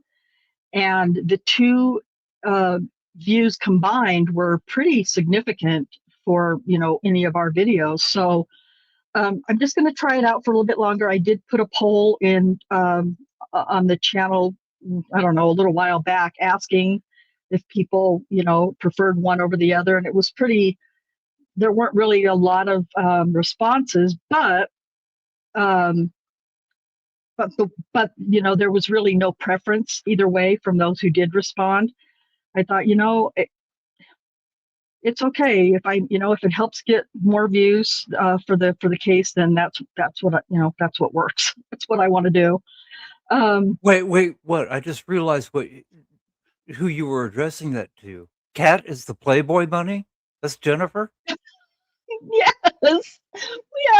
I've never seen her with that nickname. I didn't know that was her. She started using it, as far as I can remember, about a month or 6 weeks ago, and it took me weeks to figure it out as well. Like in Andrew's chat, I kept seeing people saying, "Oh, hi Pam, hi back to Pam Mose." I kept seeing that big long name, but I wasn't familiar with it. But then I kept seeing people referring to Jennifer, and I'm like, Jennifer is not in this chat. What do you guys keep saying, Jennifer? And then I realized Kat gave it away. I was like, oh. I didn't know that was her.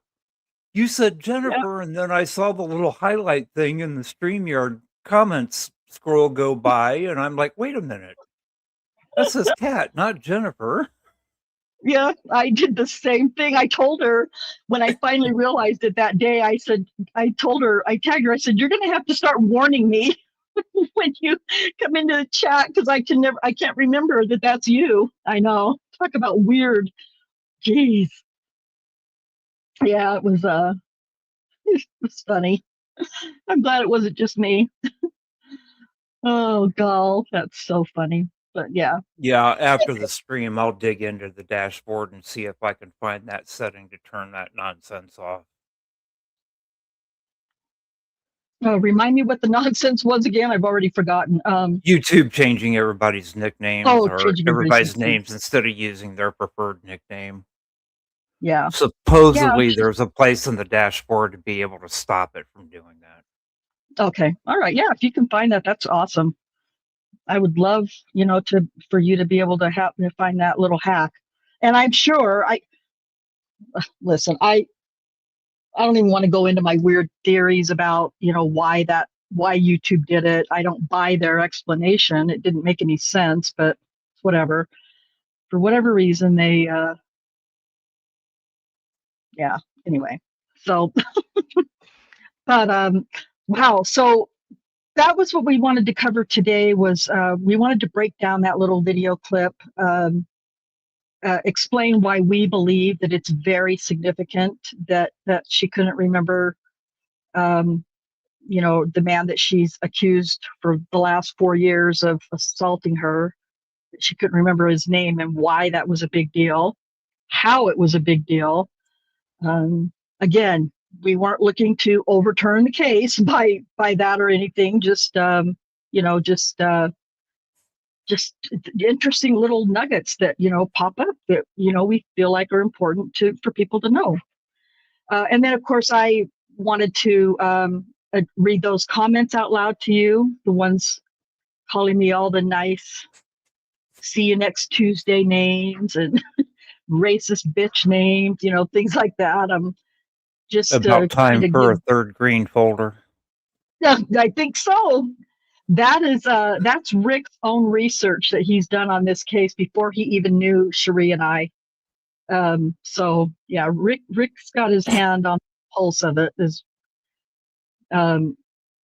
more so, I think, obviously, in some cases than we do, because I didn't know anything about that very brief comment by Lori McConnell.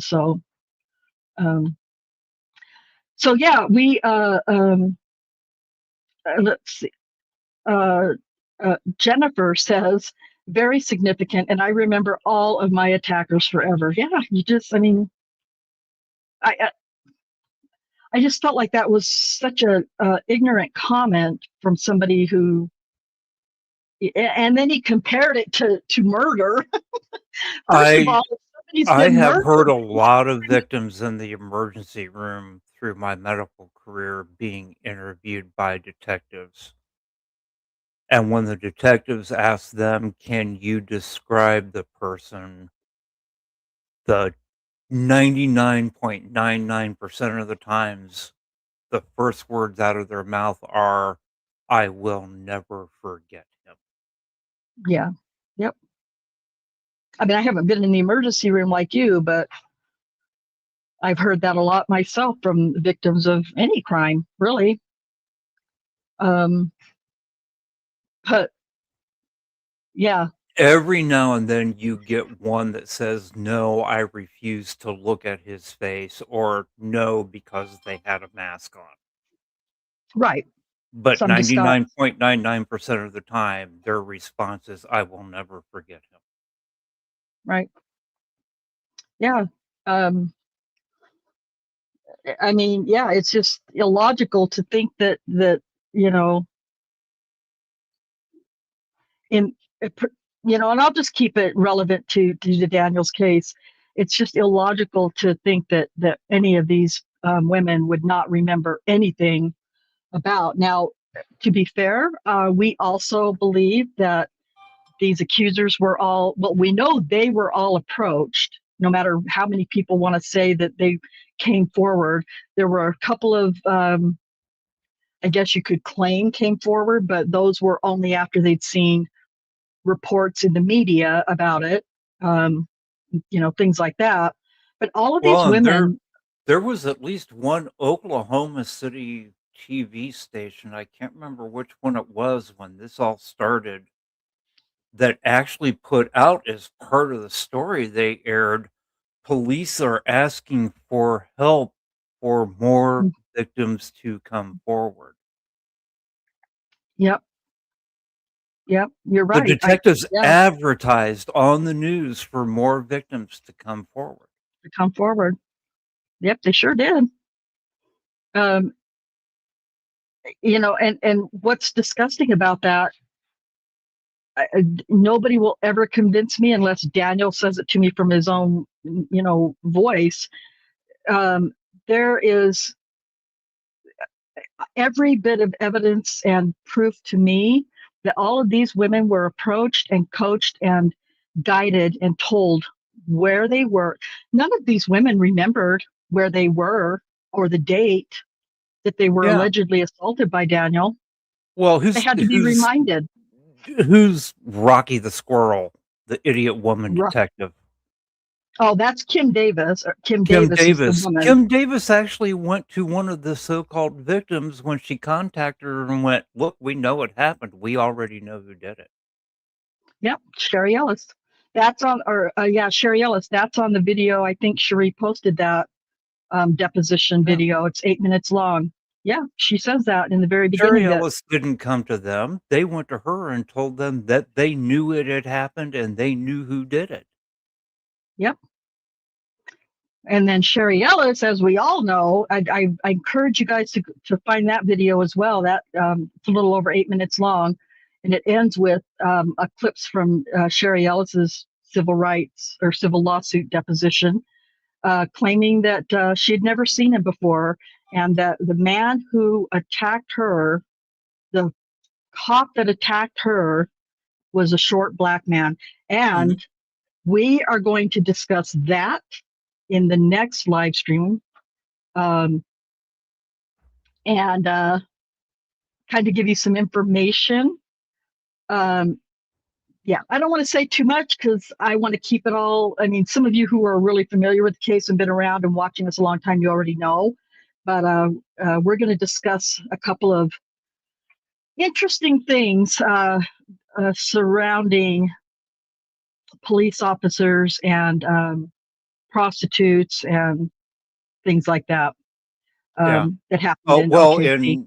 and also because one of those idiots in the comments brought up DNA, we did, I can't remember how long the video went. It was a good 3 hours. It's It a was long it was video. several I will hours. warn you. One of my degrees is in molecular biology, and I went through and explained exactly what the expert defense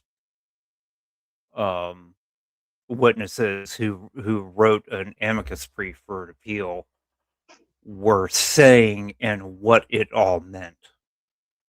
But I Yeah. did it in language that people in general can understand. In fact, as I understand it from people that have talked to me that have seen it, apparently I made some very interesting facial expressions in that video. Rick, I can always tell. I can be talking and saying something and looking at you going, oh, I need to stop. Rick's got something to say just by the look on your face. So yeah, you're very expressive for sure. If you're wanting to try to understand the DNA stuff that was referenced a little bit more, go watch that video. I warn you, it's a long one, but go watch that video. Yeah, take it in doses, take it in small, it's definitely very, very, very informative. I also encourage you to find that video and watch it. Yeah, because it's extremely good. The amicus brief of the 6 scientific experts was completely blown off by the Oklahoma Court of Criminal Appeals. And they wouldn't even read it or consider it. So, and when you read it, if you read the brief itself and or listen to what Rick's presentation, you will see why the Court of Criminal Appeals didn't want to consider it, because it proves or disproves everything that they claimed about the DNA in this case. So yeah, when people start talking to me about the DNA, I'm just like, within the inside zipper of his pants. Well, there's a lot more to it that you don't know. That's a part of the thing with. There's a ton of it they don't know. Well, and that's just part of listening to mainstream media, reporting, and there was evidence, of the 17-year-old girl on the inside of his zipper of his pants. Yeah, there was, but the amount of DNA is so insignificant that it actually, well, it was so minuscule that it should have been considered inconclusive, number one. Number two, in my mind, proves that DNA that was on his zipper of his pants was from secondary touch DNA. So that's my belief. We need to show that Dr. Crane's demonstration again with Michelle Malkin. Yeah. That is really helps explain and demonstrate what you're talking about and how easily it can be transferred. Just just from not even touching the person, but touching something that they touched, you That know? they touched. Depending on what they touched, yeah, it's very easy to get touch DNA, secondary touch DNA. And he Yeah. had just went through this girl's purse that night because he had stopped him. There was a fight or something between her friends, and so Right. and Well, the first when he first encountered Adara Gardner was with the two friends, Chocolate and Face, I believe were her friends' names. And That sounds right. Yeah. yeah, he actually handcuffed all three of them. And then that was when he went through Adara's bag or purse or whatever it was that day.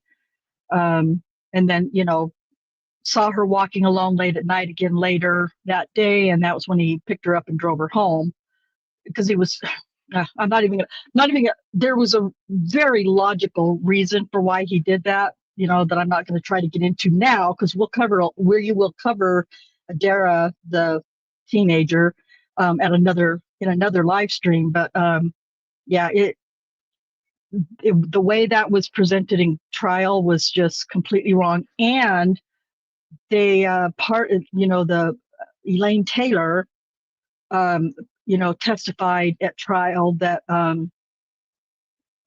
there was no male DNA. Daniel's DNA was not found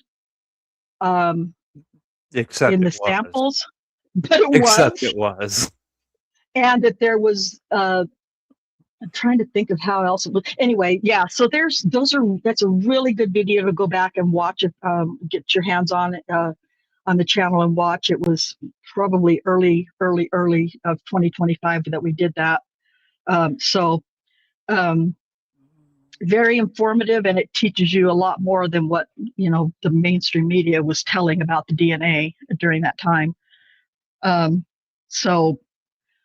But yeah, we'll definitely be covering that again as well. And like I said, the next live stream that we have coming up, we're going to talk about two other individuals whose names I think came up once during the trial, but I can't remember for sure because it's been a long time since I've read those parts of the transcripts. But names that were never really considered as possible alternatives. I don't think Alex Edwards was, because I think his troubles were revealed afterward. Right.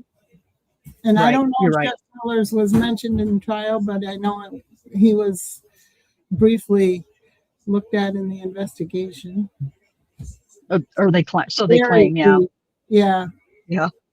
You're right. The other one was happened in 2016. So, but we're gonna do a live stream about that. It'll be our next one, talking about these two individuals.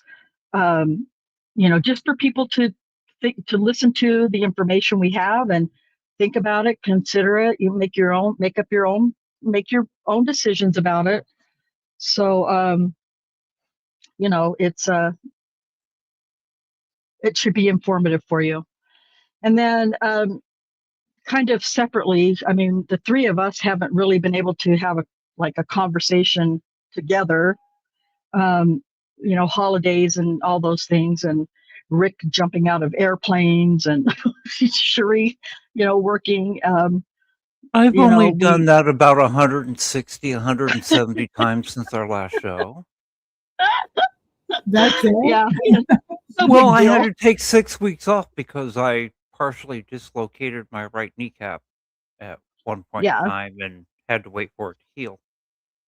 Yeah. So he took some time off from jumping out of airplanes.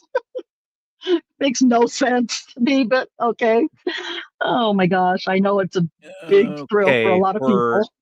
Anybody interested, there's the link to that breakdown of dear Lord, it was almost 5 hours. Wow. Oh, was it? Yeah. I know it was a long time, but it was so informative. 4 hours, 50 minutes, and 35 seconds.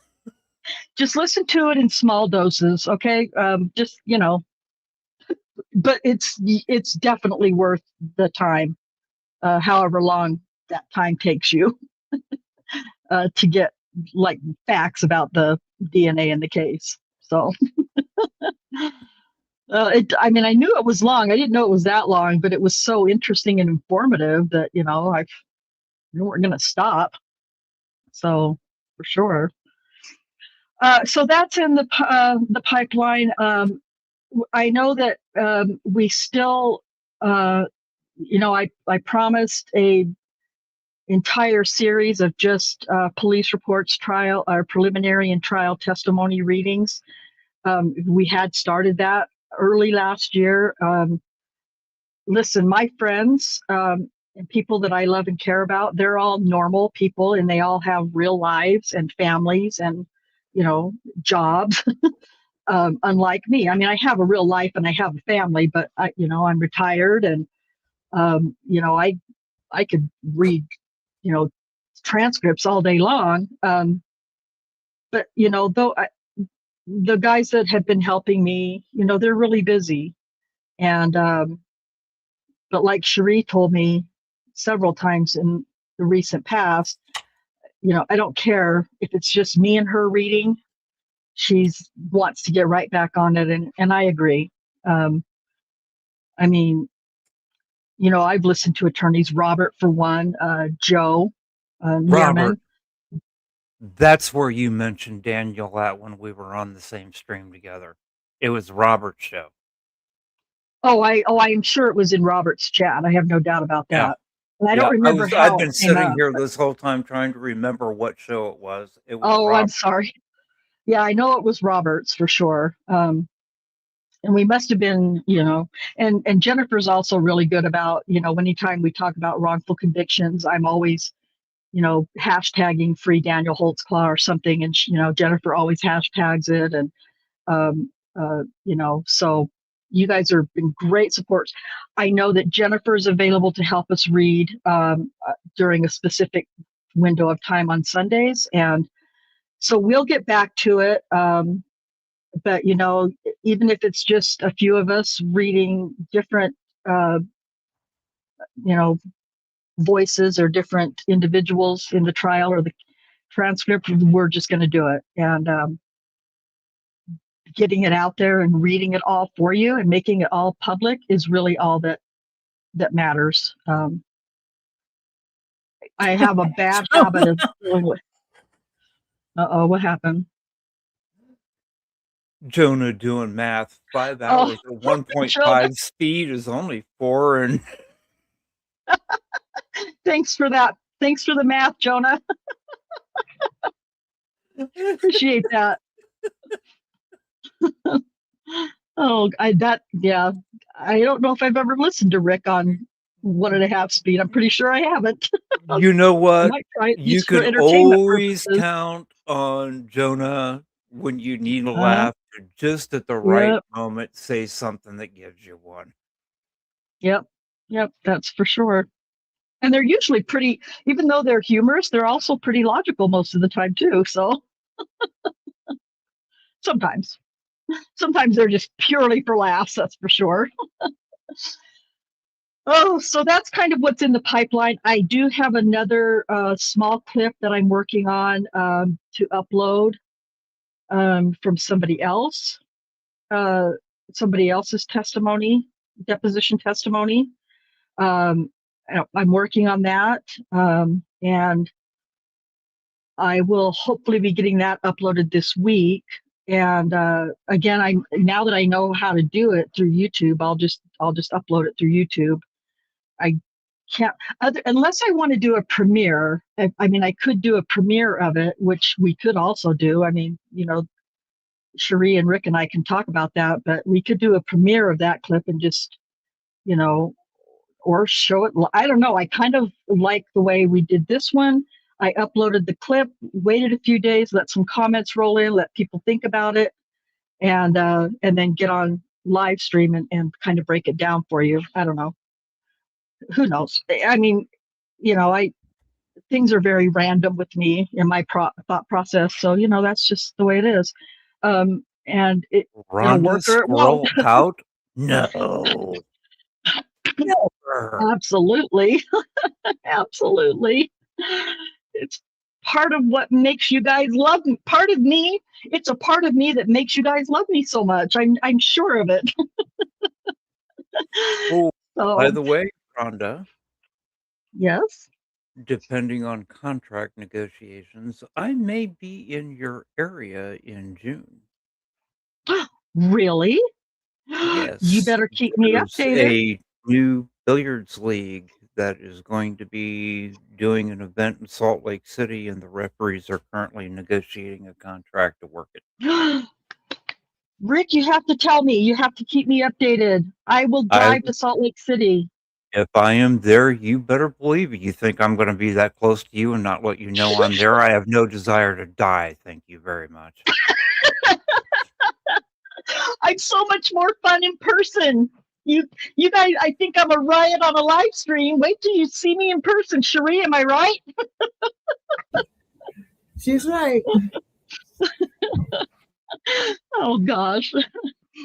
Cherie, the man, thought yeah. of you and Rhonda driving around Oklahoma City all that time ago, checking out different locations together, still just scares the hell out of me. We had a good didn't time. actually drive, but we rode around Well, and had a yeah, lot. somebody drove us, yeah, for sure. Yeah, it was a lot of laughing that couple of days, that's for sure. You know, many of you don't know this about Cherie and I, but we've also spent a good amount of time together 2 different times in Manitowoc, Wisconsin, driving around and checking out crime scenes and I used to making do an event there. in Manitowoc. Yeah, I used to do a For Wisconsin State event there for a oh, really? amateur league. Yeah. Oh, wow, that's crazy. Yeah. Well, listen, your best event, if it comes through, is going to be the one in Salt Lake City, because you're going to get to meet me, and you're going to be so glad you did. Look at him smile. Oh, I think he's kind of excited about it. Oh my goodness.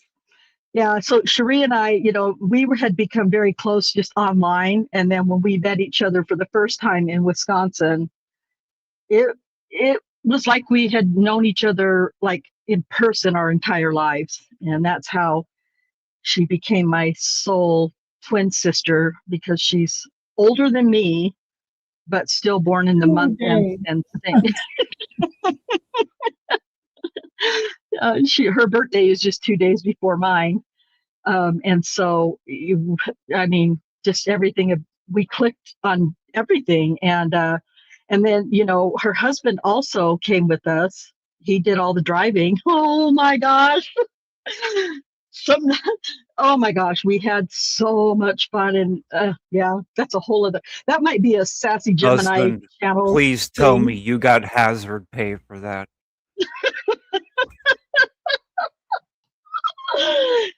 Jim was a great sport. He was such a good sport. He, you know, both times in Wisconsin and in Oklahoma. Yeah, Cherie, I gained a great affection for Jim. I believe it was on the second Wisconsin trip. We were, I can't remember all the details about it. Cherie's better at it, but all I know is that Cherie and I obtained nicknames of Thorn 1 and Thorn 2, and I I nicknamed her husband Rose, and Cherie and I were both the thorns. That's because we did a picture and he was in the middle. Oh yeah, that's right. Yeah, that's right. We had a picture of us, and he was standing between she and I, and yeah, so we had so much fun, and he is such a great sport. But listen, even more so than him being a great sport, his crash outs were phenomenal. And when he would start crashing out, then Cherie would start crashing out, and I would just be sitting in the back seat going, hitting my vape like constantly like, oh shit. But then it just got entertaining. That second trip to Wisconsin was just like sit back and enjoy the entertainment because it was so fun, harmless. They were having, normal everyday, whatever conversations about driving and, how fast or how slow or directions or whatever. I was just, listen, I'm going to make this the last little story. When we were in Wisconsin, the last time we went to Wisconsin, we rented a car, and a brand new car, and it's got an amazing, like completely up to date. I think this was in 2021 or 22. Cherie would have to, she knows better, but I can't remember. yeah, it was early 20s. But this car had the car was brand new, very few miles on it. And it had an amazing navigation system in it. And we're driving around for days. And Cherie's trying, using her phone, Google Maps in the front seat and telling Jim, okay, it says, and then they would just have these little crash outs together about, well, you didn't say this, you said, but it just all harmless. And to me, funny. To me, it was all funny.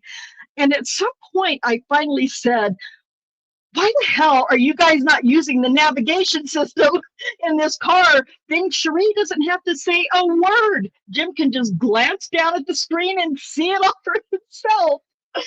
But, so that last couple of days, I think I finally convinced Cherie to use that navigation system, and it did help a little, but it was still funny because Jim would say, well, I missed whatever he would say. And I would say, just look at your navigation screen. Just look at the screen. It's right there in front of you. Just look at the screen.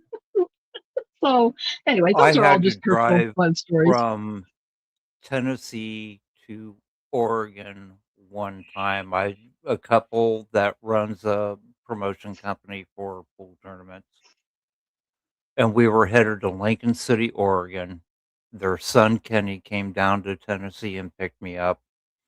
Took me up to Indianapolis, and we left from there. And I was the second driver in the car that Kenny was taking.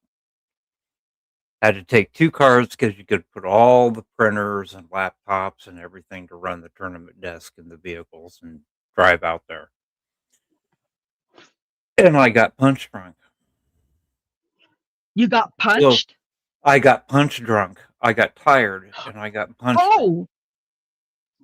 So while Kenny was in a Love's truck stop getting coffee, I got into the car's navigation system and turned the little emblem from a vehicle to a cowboy riding a horse. Nice. I told it to avoid all toll roads and bridges and ferries. And then I changed the voice from the standard US voice to an Australian woman. How fun! I love it. Eventually, down the road, we got to a point where the car, according to the navigator, could not go any farther than where we were based on the things I told it to avoid while he was inside. So the guy on the horse just stopped, and the horse sat down in the middle of the highway on the screen and wouldn't move.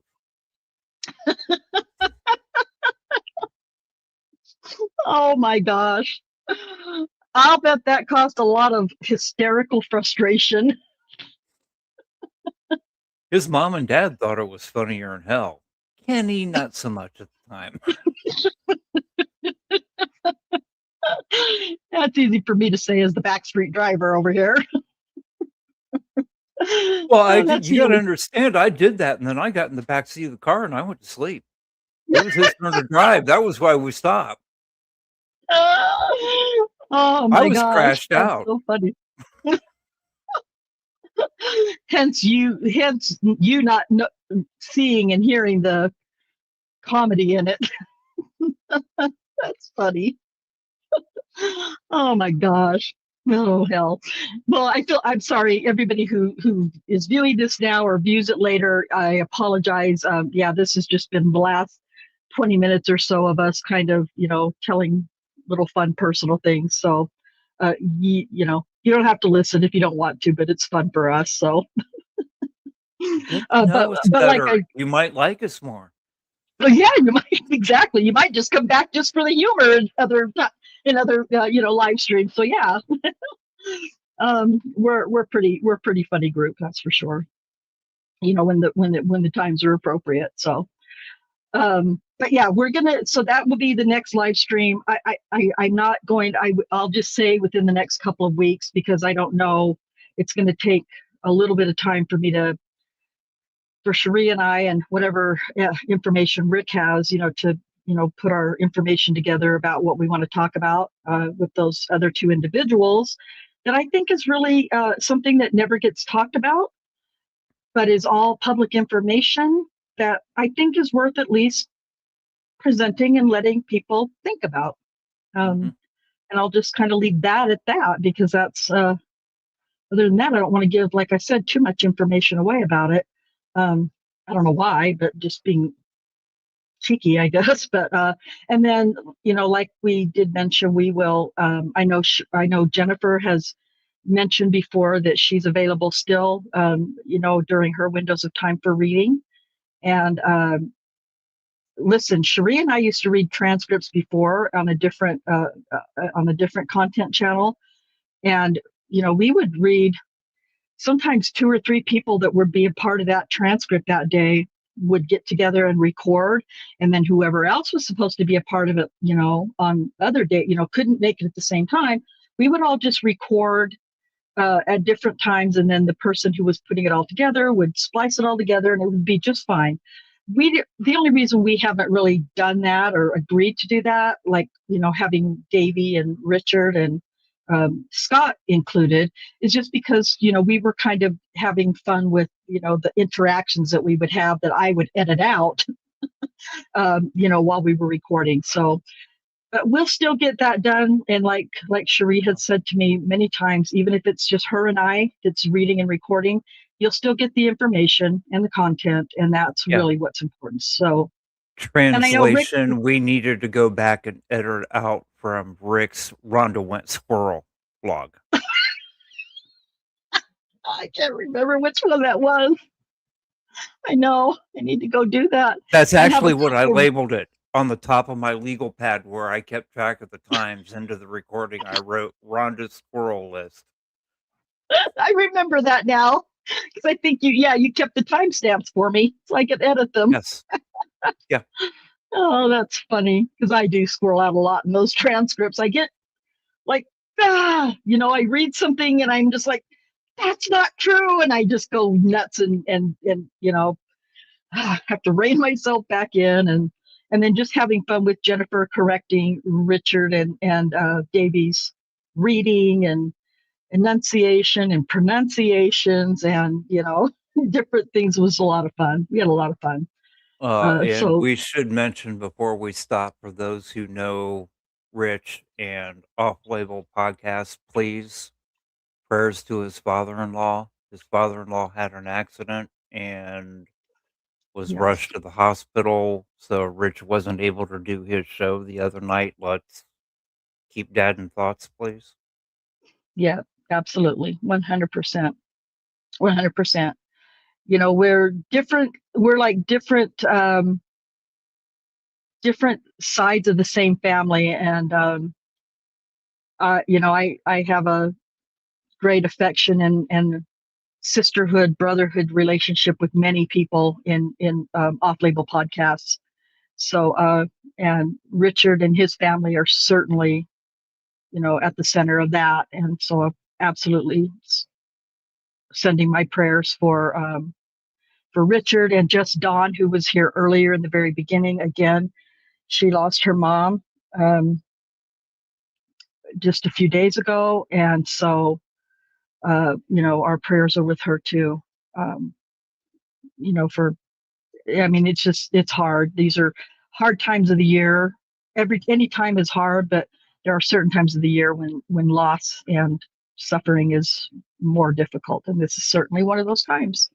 Yeah. So thank you for that reminder as well, Rick. Appreciate that. Okay, this has been fun and hopefully informative.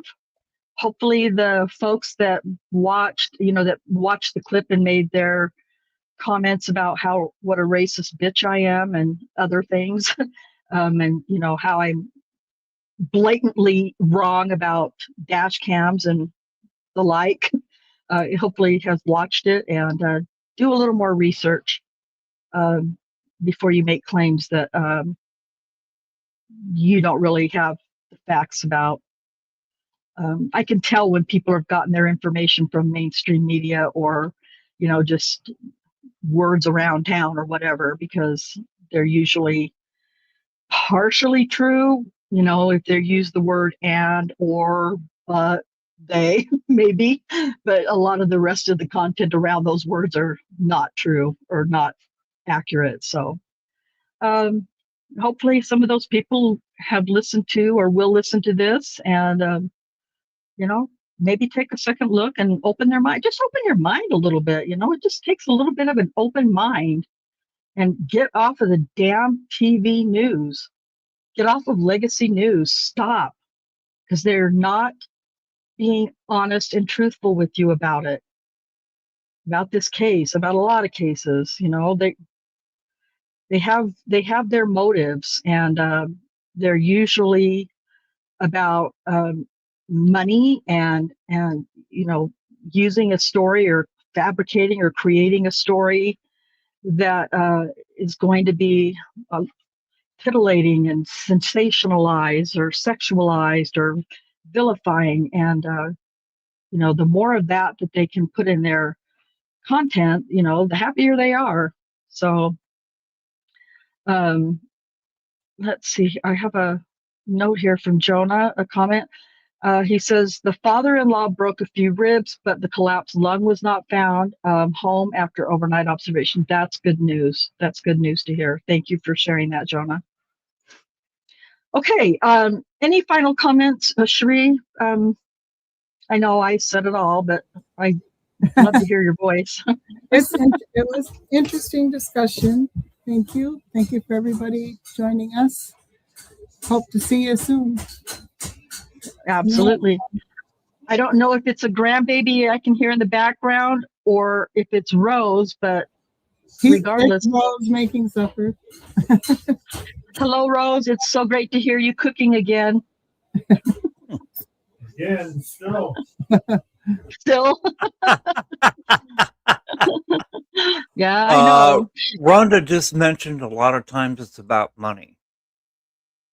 There's something I don't think I've mentioned on this particular podcast before. There was a law in 2013 that was passed by the Oklahoma legislature where prosecutors make extra compensation through fees for people they have convicted to monitor their probation. Oh, really? Anybody know that? Yeah. The prosecutors get to monitor it? The prosecutors get paid to monitor that somebody convicted is following their probation. Wow. Wow. I'm telling y'all, Corruptahoma. It's Corruptahoma. I just don't know how they've passed some of the laws that they have and get away with the bullshit that they get away with, but they do. And so, whenever we find out about it, whenever Rick brings new information to us about it, we're going to talk about it, because this channel is created to discuss the wrongful conviction of Daniel Holtzclaw, but the bigger picture of it all is the corruption in Oklahoma, and specifically not just Oklahoma City and other surrounding cities. It's bad, but it seems like it's well hidden corruption, I guess. Well, I don't it's know. not so well hidden anymore. Oklahoma, state of Oklahoma in general, prosecutors in at least legal news are becoming the new Florida man. Oh, really? If I'm there's a not really surprised. stupid story about a prosecutor doing something dumb, it's out of Oklahoma. Yeah, well, good, good. Bring it out, but let's put all the sunshine on it. I'm all about doing that. Oh, do they get a goon squad? I don't know. Maybe, probably. I'm sure. Gosh, it's Well, just no, frustrating as it's hell. the way that particular law works, Jonah, is the prosecutors don't get paid directly by the person that was convicted. What happens is the prosecutors get paid a certain amount per person they refer to the probation department post conviction. So it's a referral fee. God, but they're not. Oh, never. Yeah, that's a. We could go another So 2 no, the hours on the whole prosecutor subject. themselves are not actually monitoring this person, but they get paid a referral fee for referring them to the Referring it. probation department. There's just way too much money being handed to a legal kickback. Yeah, yeah, absolutely. Of course. But it's blatant. It's a blatant legal kickback. It's like apparently in the law in Oklahoma. Yeah, it was Gosh, passed in 2013. wow, that's insane. Insane. Just completely illogical in my mind. But No. Now, I don't know what it's like in New York, but I know in a number of states, even if you're incarcerated, you are referred to the probation department for a pre-sentencing evaluation. So whether you're incarcerated or not, you're still referred to the probation department, which means they are getting a referral fee on 100% of the people they are convicting. yeah, Yeah, we have that too. yeah, The probation department does the PSI. PSI, yeah. Yeah, and I guess I never really thought about it in that way. But wow, to put it in the law, specifying it, I don't know. I'm not a lawyer. I just, yeah, I do I'm not a a lawyer lot of either, thinking. but I have become very fascinated by law and I've done a lot of studying of law. And please don't ask me for legal advice because I am nowhere near qualified.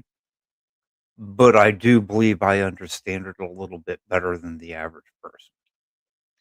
Oh, I know you do. I can tell just by the, your comments and stuff. So yeah, certainly. I mean, I'm not nearly as well read as and studied as Rick is, but with all the work that we've done, just on Daniel's case alone, I feel like I have a fairly, excuse, excuse me, a fairly good understanding of how basically, courtrooms and trials and law and language of laws and things like that. I have a pretty good understanding of how, and it's kind of hard to say because, all states and even counties really are different. They have their own, but, it's not hard to learn the little nuances of some of those. And, for instance, watching, both Karen Reed trials, for instance, just wow. So again, Yeah, when I talk that about this, was it's just that was the insanity. first time I'd actually dealt with a case in Massachusetts like that where I followed along with it, and I'm like, "Oh, man." Constant brain bleed, right? Oof, yeah. It was almost like a reboot of the OJ trial, to be honest with you, with all the sidebars and off the Yep. record stuff, and it's just like, Yeah. Those sidebars have been released, I guess, and some of the LawTube channels are reading through them. I Oh had gosh, his heard name they'd just been released. I have not actually heard any of them read yet. Runkle has read through some of them. I listened to a couple of nights of Runkle reading through some of them. Not loophole, like yeah, some of them have been reading through them. I haven't been following them too much though. I'm more interested in the sidebars with the second trial than I am the first trial. So Yeah, the those second are the trial, ones but I don't care about the sidebars in the first trial, yeah, to be perfectly honest with you. What I am very interested in is all of them from the second trial. yeah. There was more corruption, I believe, in my opinion, in the second trial. Well, attempted corruption in the second trial than there was the first trial. Yep. What that? Well, look at Yeah, all the he was information that came out about the people investigating between the first and the second one. right. Yep. Oh yeah. Oh my gosh. Yeah. We've done one Karen Reed show. I was working on a second show live stream about before all of that started coming out, that was going to be, centering around Proctor, and then, branching off with, all the other people connect. It has exploded. Mhm. Then there's no way I could possibly do what I was going to do 6 months ago on the connections, because the thumbnail was literally a big picture of Proctor's bald, vile head, and then the smaller heads around him who were connected. And I can't even do that anymore. Like, I could never make a thumbnail that would fit all of the dirty people anymore, because there's so many that are being exposed now. Well, you So could, but you would have to creatively maneuver them into a position where the individual pictures created a face of some type. yeah, yeah, Have you ever seen those artworks where they take pictures of like 1,000 people and arrange the picture so it yeah, looks like somebody? Yeah. yeah. Yeah, that's what we'd have to do for Proctor. I think Proctor. I don't know. I don't even know. I don't even know who the bad guy is anymore in that whole thing. It used to be And Proctor. Now it's I swear, the prosecutor from the special prosecutor in the second Karen Reed trial is genetically related to Giger. The same nasal, whiny yeah, voice. I yes, swear they share DNA in their past somewhere. yeah. Oh, I know. It was just listening to him speak every day was torturous for sure. Now we don't get to hear Giger other than, like, the one video that I did, that I showed the presentation that he did. But we don't get to hear Giger's voice, because, as we all know, Oklahoma doesn't allow cameras in their courtrooms for trials. So, but, we've heard him, give interviews and different things, and his voice is just sickening to me. So between Giger and God, his name just left my brain. Thank God. The special prosecutor for Karen Reed's second trial. Yeah, his Yeah, I voice can't just remember his name. Hank what Brennan. Yes. Yeah. Oh golly. Ugh. His voice was almost the worst part. Yeah. Yeah, there's no way now I could even try that. I mean, I know Melanie Little does, has done. I've watched a lot of what Melanie Little has read, and different things, and but I've honestly lost track of, after Proctor did those 2 days. Well, he didn't ever really speak that I can remember. But when he was trying to get his job back, and then his attorney's like, "No, fuck that. Yeah. I can't You defend know this who guy." I absolutely loved from the second trial? Alessi? The female elderly forensic scientist who basically called the special prosecutor an idiot. Yeah. Lapisada. La Posada. Yes. Yes. I loved her. Yeah. Yeah. Yep. She would, I can't remember now, but I mean, I know you guys are people who might still be listening or watch this later who watch that trial. They'll also, I was shocked. I was very pleasantly shocked, and I watching the trial by myself. I laughed out loud, and I was like, "Oh shit!" She just said that out loud to him. Mhm. It was epic and amazing. That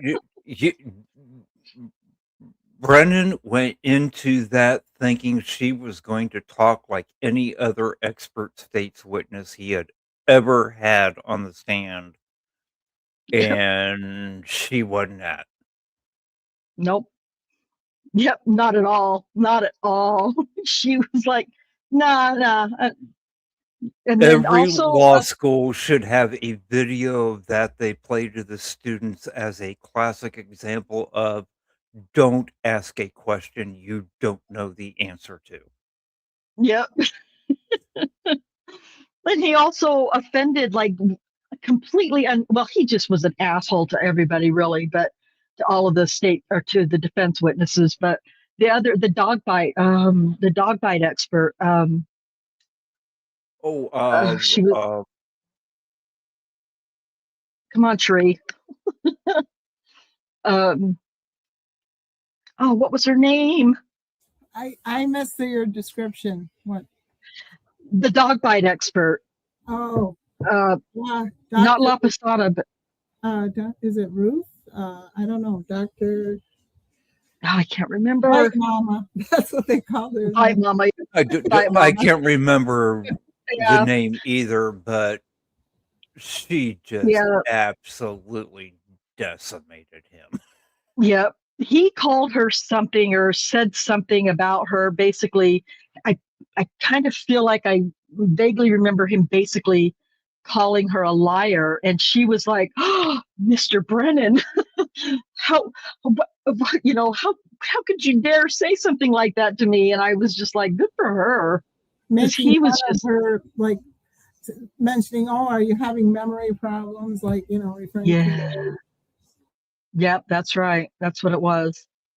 And she was just, she was beside herself. And listen, he was just a dickhole to all of the defense witnesses. So that's the new trick with police officers. These people that just don't talk to them. It was Dr. Marie Russell. It's like, are Marie, you having mental issues? Do we need to call the paramedics no, I'm just not talking to you. I don't have to. Yeah. Yep, exactly. Marie, what was the last name again, Cherie? Russell. Russell. Yes, yep. Marie Russell. Those two women, Brennan was the biggest dickhole to those two women, especially. And the whole thing that he did with the crash, the second crash, Daddy, anyway, the whole ham sandwich thing. I was like, oh my gosh. Rexler. Yeah. It was a ham sandwich. I think I was watching in Emily D. Baker's chat that morning, and everybody was Emily D. Baker stops and she's like, making fun of Brennan. Did you order a dill pickle? Or what are we having with our ham sandwich today? Some chips? Are we going to get some chips? How about a pickle? Are we getting a dill pickle today? Because Brennan was just being such an ass. I wasn't in Emily's chat during that. I think I was in Danny's chat. Oh. Danny. Oh, yeah. She lives up here in Salt Lake or Ogden. Yeah, I think I was in her chat during that. But yes, I remember that exchange. Yeah. Oh, good times, good times. It's we have a trial. It's not going to be as entertaining. I shouldn't say that entertaining, but there were a lot of parts of both Karen Reed trials, especially the second one, that were just like obnoxiously entertaining. But we do have another trial coming up here in Utah in February, or the end of, I think it's the end of January, beginning of February, the Corey Richards trial. Some of, I think that's scheduled to start like February 3rd, yeah, 4th. It's one early in the I'm month of paying February. attention to. Yeah. Oh, that one, it's not getting a lot The of 5th. I attention. think it's Monday the 5th Okay. is when it's scheduled to start. But pending That any is, decisions between now and then. yeah. Well, there's been so much roadblocking, whatever, however I want to say that, by the defense. And the defense attorney, so they wanted to make that initially they were talking about the penalty for that case, but because of she still has 3 young living children who she is not allowed to have contact with, Corey Richards, that is, they took the death penalty off the table. I believe that was the reason. But anyway, that trial is going to be wild. It's not getting a lot of attention right now, and that's too bad, because it's going to be a wild trial. And it's Park City or Summit County is only about 40 miles northwest or northeast of me. It's going to be in the middle of winter, so I know I'm not going to be able to get up there. But I would love to be able to be in the court, in trial for some of those days, because oh boy, it's going to be crazy. Oh. See, normally I would say I'll come pick you up and take you, but the only way I could get there in time and be able to go between your house and where the courtroom is at would be to go to the flying club and get a plane and fly out there. And you've Oh, already made yeah. a plane. You will not get into an aircraft. Yeah, well, I mean, if I had to for some sort of family emergency, I would, but I would have to be heavily drugged because I just, Well, oh, not too only am many I a planes private falling out of the pilot, sky. I'm a physician assistant. So surprisingly, we can do both at the same time. It could work.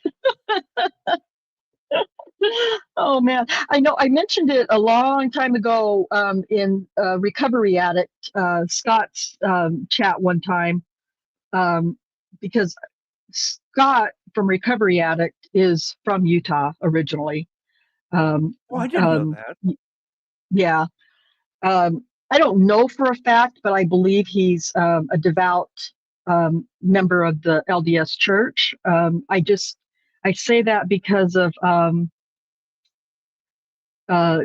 just I recognize the language and the the just the way he speaks, and his humor, and I'm not being disrespectful in any way, but the reverence, I guess you could say, that he expects in his chats, and just different things that he said, that I know, that I'm familiar with. Anyway, it doesn't matter. But anyway, when I mentioned it to him, at the time, this is when the trial was supposed to have been last summer, I think it was, before it got rescheduled again. I was planning to go to court, and he said, "Well, if you go, let me know, keep me updated, let me know what's going on." And then they changed the trial date and everything, and I'm just like, yeah, no. But anyway, so we need to pay attention. And there's actually going to be 2 different trials for Corey Richards. One revolving around the murder of her husband, and then there's also going to be a financial crimes trial as well. I don't know what's going on with that one. That's secondary to the murder trial. But just the walk the dog letter coming into Corey Richards' trial is going to be, a freaking circus. It's going to be wild. Uh, And what about the there's another one recently. They found that little girl. Wasn't that a Utah case? yes, well, it's not a Utah case. I think it was a California case, but they found her body in southern Utah. Yeah, that little, Yeah, gosh, Melody, I think is the little girl's name. I think that's her name. I Yeah. knew Utah had something to do with it, but I couldn't remember which way it went. Yeah, I think it's a California murder case, but she was finally discovered here in southern Utah. And, I just, because of the time that missing child case started, I was in a pretty rough state of mind at the time, and I couldn't handle taking in any information about a little girl being lost, and eventually, assuming that, she would be found murdered. But so I didn't really pay a lot of attention to any of the details. And then when I found out she was found here in Utah, I just was like, oh my gosh. Not that it affects me or that, it's a Utah case, but it's just another tie to a tragic murder that I just don't want to hear about being, a part of my state in any way. Also, something about, I wanted to mention too, I think that some people might find interesting, if for no other reason, about Corey Richard's trial. Her defense attorney is Kathy Nestor, and that's the same attorney appointed to Tyler Really? Robinson. Mm-hmm. Yep, I know.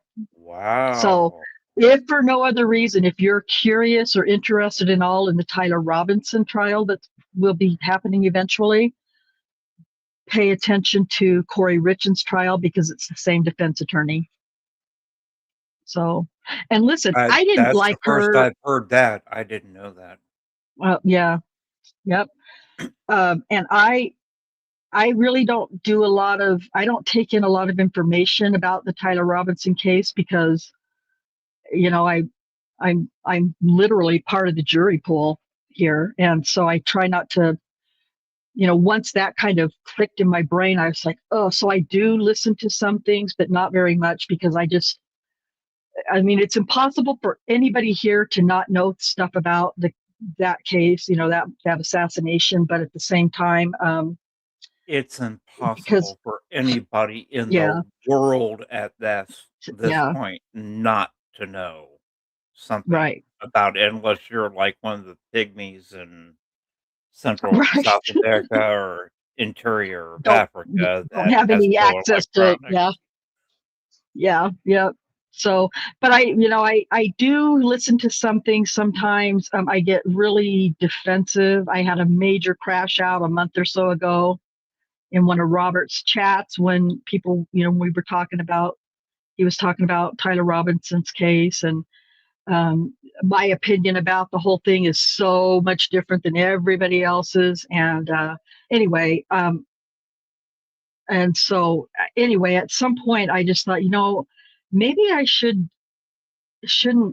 take part in, and so a lot, when Robert, if something happens with Tyler, and like they just had a hearing recently last week on his case, I didn't listen to it or anything. I just thought, it's impossible that, to find anybody who wouldn't know, but Yeah, but if you're more I potentially can part of shield the myself from jury it. pool, that's a Yeah. smart move. So yeah, I That's try a not to smart move. pay. I'm downloading all of the court filings and everything else that's being, that gets released. I'm downloading all of it, but I'm not reading any of it. Yeah, good luck Just because. explaining that one to the judge if you get called. Yeah, Have you well, yeah, acquired any information about this case? Oh, yeah, Your Honor, I've downloaded all of it, but I haven't read it yet. I haven't. Just downloaded it for later after the trial, or if I don't get called. You never know. Yeah, you make a good point. Maybe I should not download anything else. But anyway, What was that character on The West Wing? The blonde. I don't know, but I just barely put that show in my Netflix list to start watching. Donna, she had gotten called for jury duty and she went to talk to one of the president's advisors that was an attorney, and she went, "How can I get out of jury duty?" And he asked her a hypothetical question, and her response was, "Well, you were arrested by police. You're being prosecuted by police, so I assume you're guilty." And he looked at her and Oh, went, "Yeah, you're going to jail." yep, exactly. Yeah, that's funny. I need to start watching it. I haven't watched it. I've heard it's a great series though, so I'm going to start It watching is. it. It's actually a very good series. And it's not like, from what I understand, it's not all 100% serious all the time, and No, there's some witty the humor occasionally. fictional president of the United States at one point in time in that series calls the Butterball Hotline. The It's a Butterball Thanksgiving Hotline. it's a Thanksgiving episode, and yes, Butterball does have a hotline. It's a real thing. Oh yeah, it is. It is. Yeah. It's oh man, that's funny. Yeah, I maybe I'll start watching. I have to just kind of, yeah, I'll have to start watching it. I need a new good series that I haven't watched already 5 times, and watch something new. So anyway, oh my goodness. I haven't ever done really any videos or live streams where I've like made chapters for the content because to my detriment and disagreement from others, I don't really Uh, follow a Jennifer, it's I also was a fan of Martin Sheen. Um, if you decide to watch it, I will warn you right now, he's not the crazed individual that he is now. He actually does a very good job with the character. It's actually very entertaining, and surprisingly for a political show, it's very down the middle.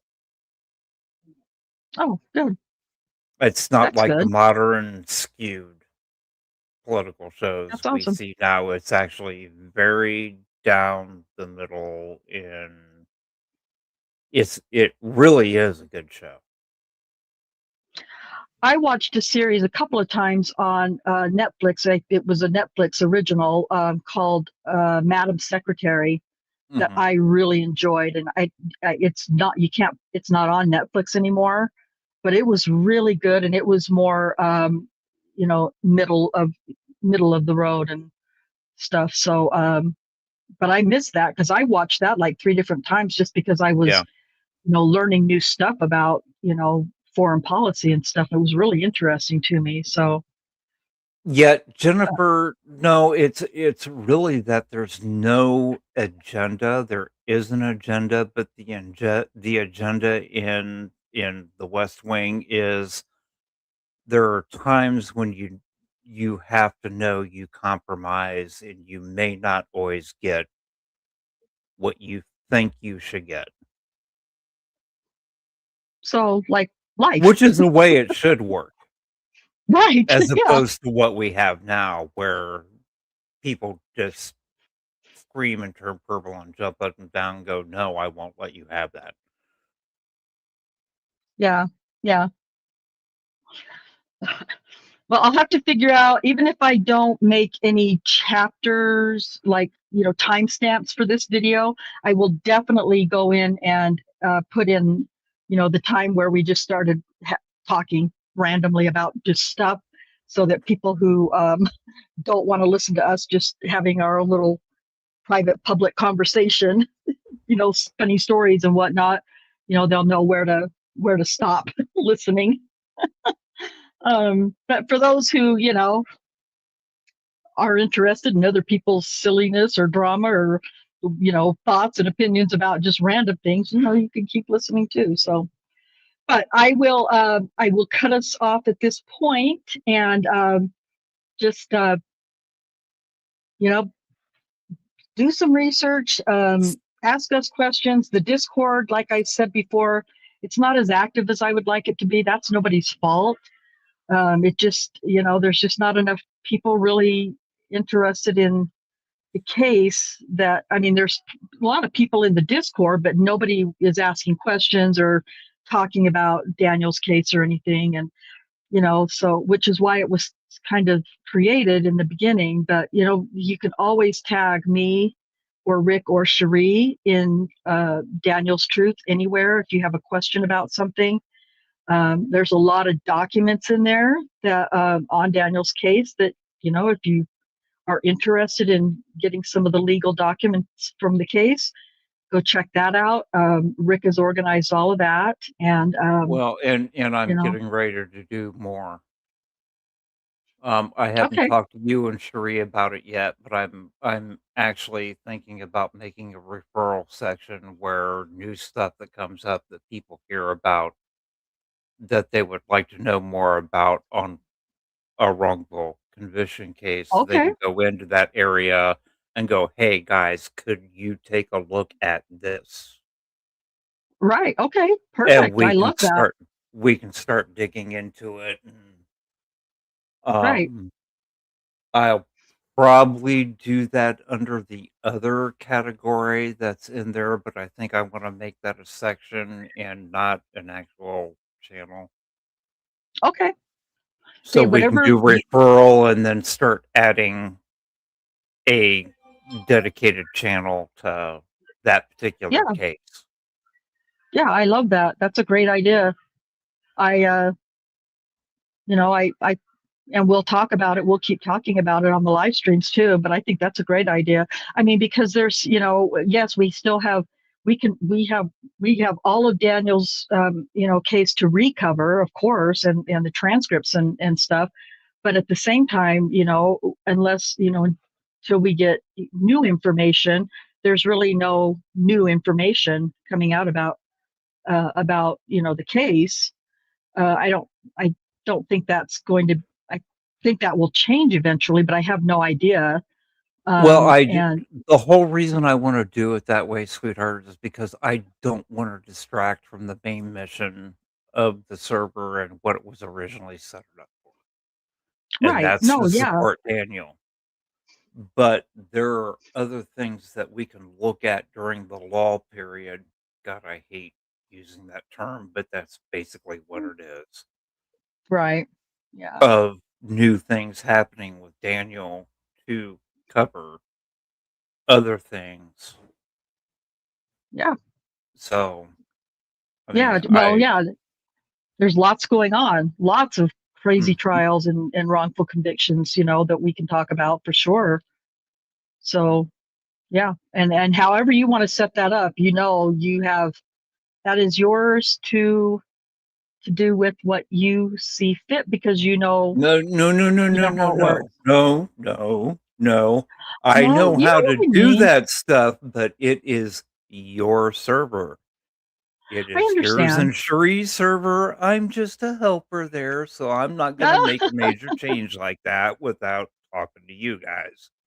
Oh, sure. I know that. I just mean, once we discuss a thing and we, decide, like this one that you just said is a great idea, then you fix that how you know it needs to go. That's my point. That's all I mean. So, okay. It's been a much longer. It's been like an hour hour and a half longer than I planned, but you know what? That's just how we roll, especially me when I'm speaking for two Geminis. I got a lot to say. So, we'll let you go. We'll come back, within the next couple of weeks with this other topic that we wanted to kind of present to everybody. And, we're just going to go from there.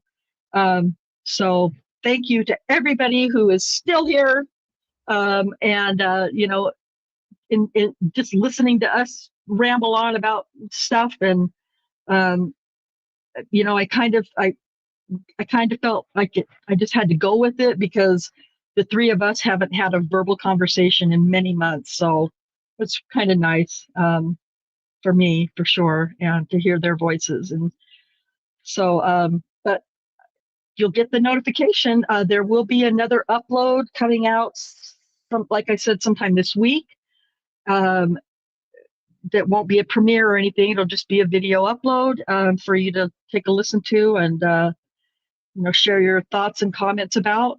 If you feel like going into the comment section from the last little deposition clip I posted and commenting back to anybody, listen, it's a comment section. It's public. I don't delete stuff. You're welcome to say whatever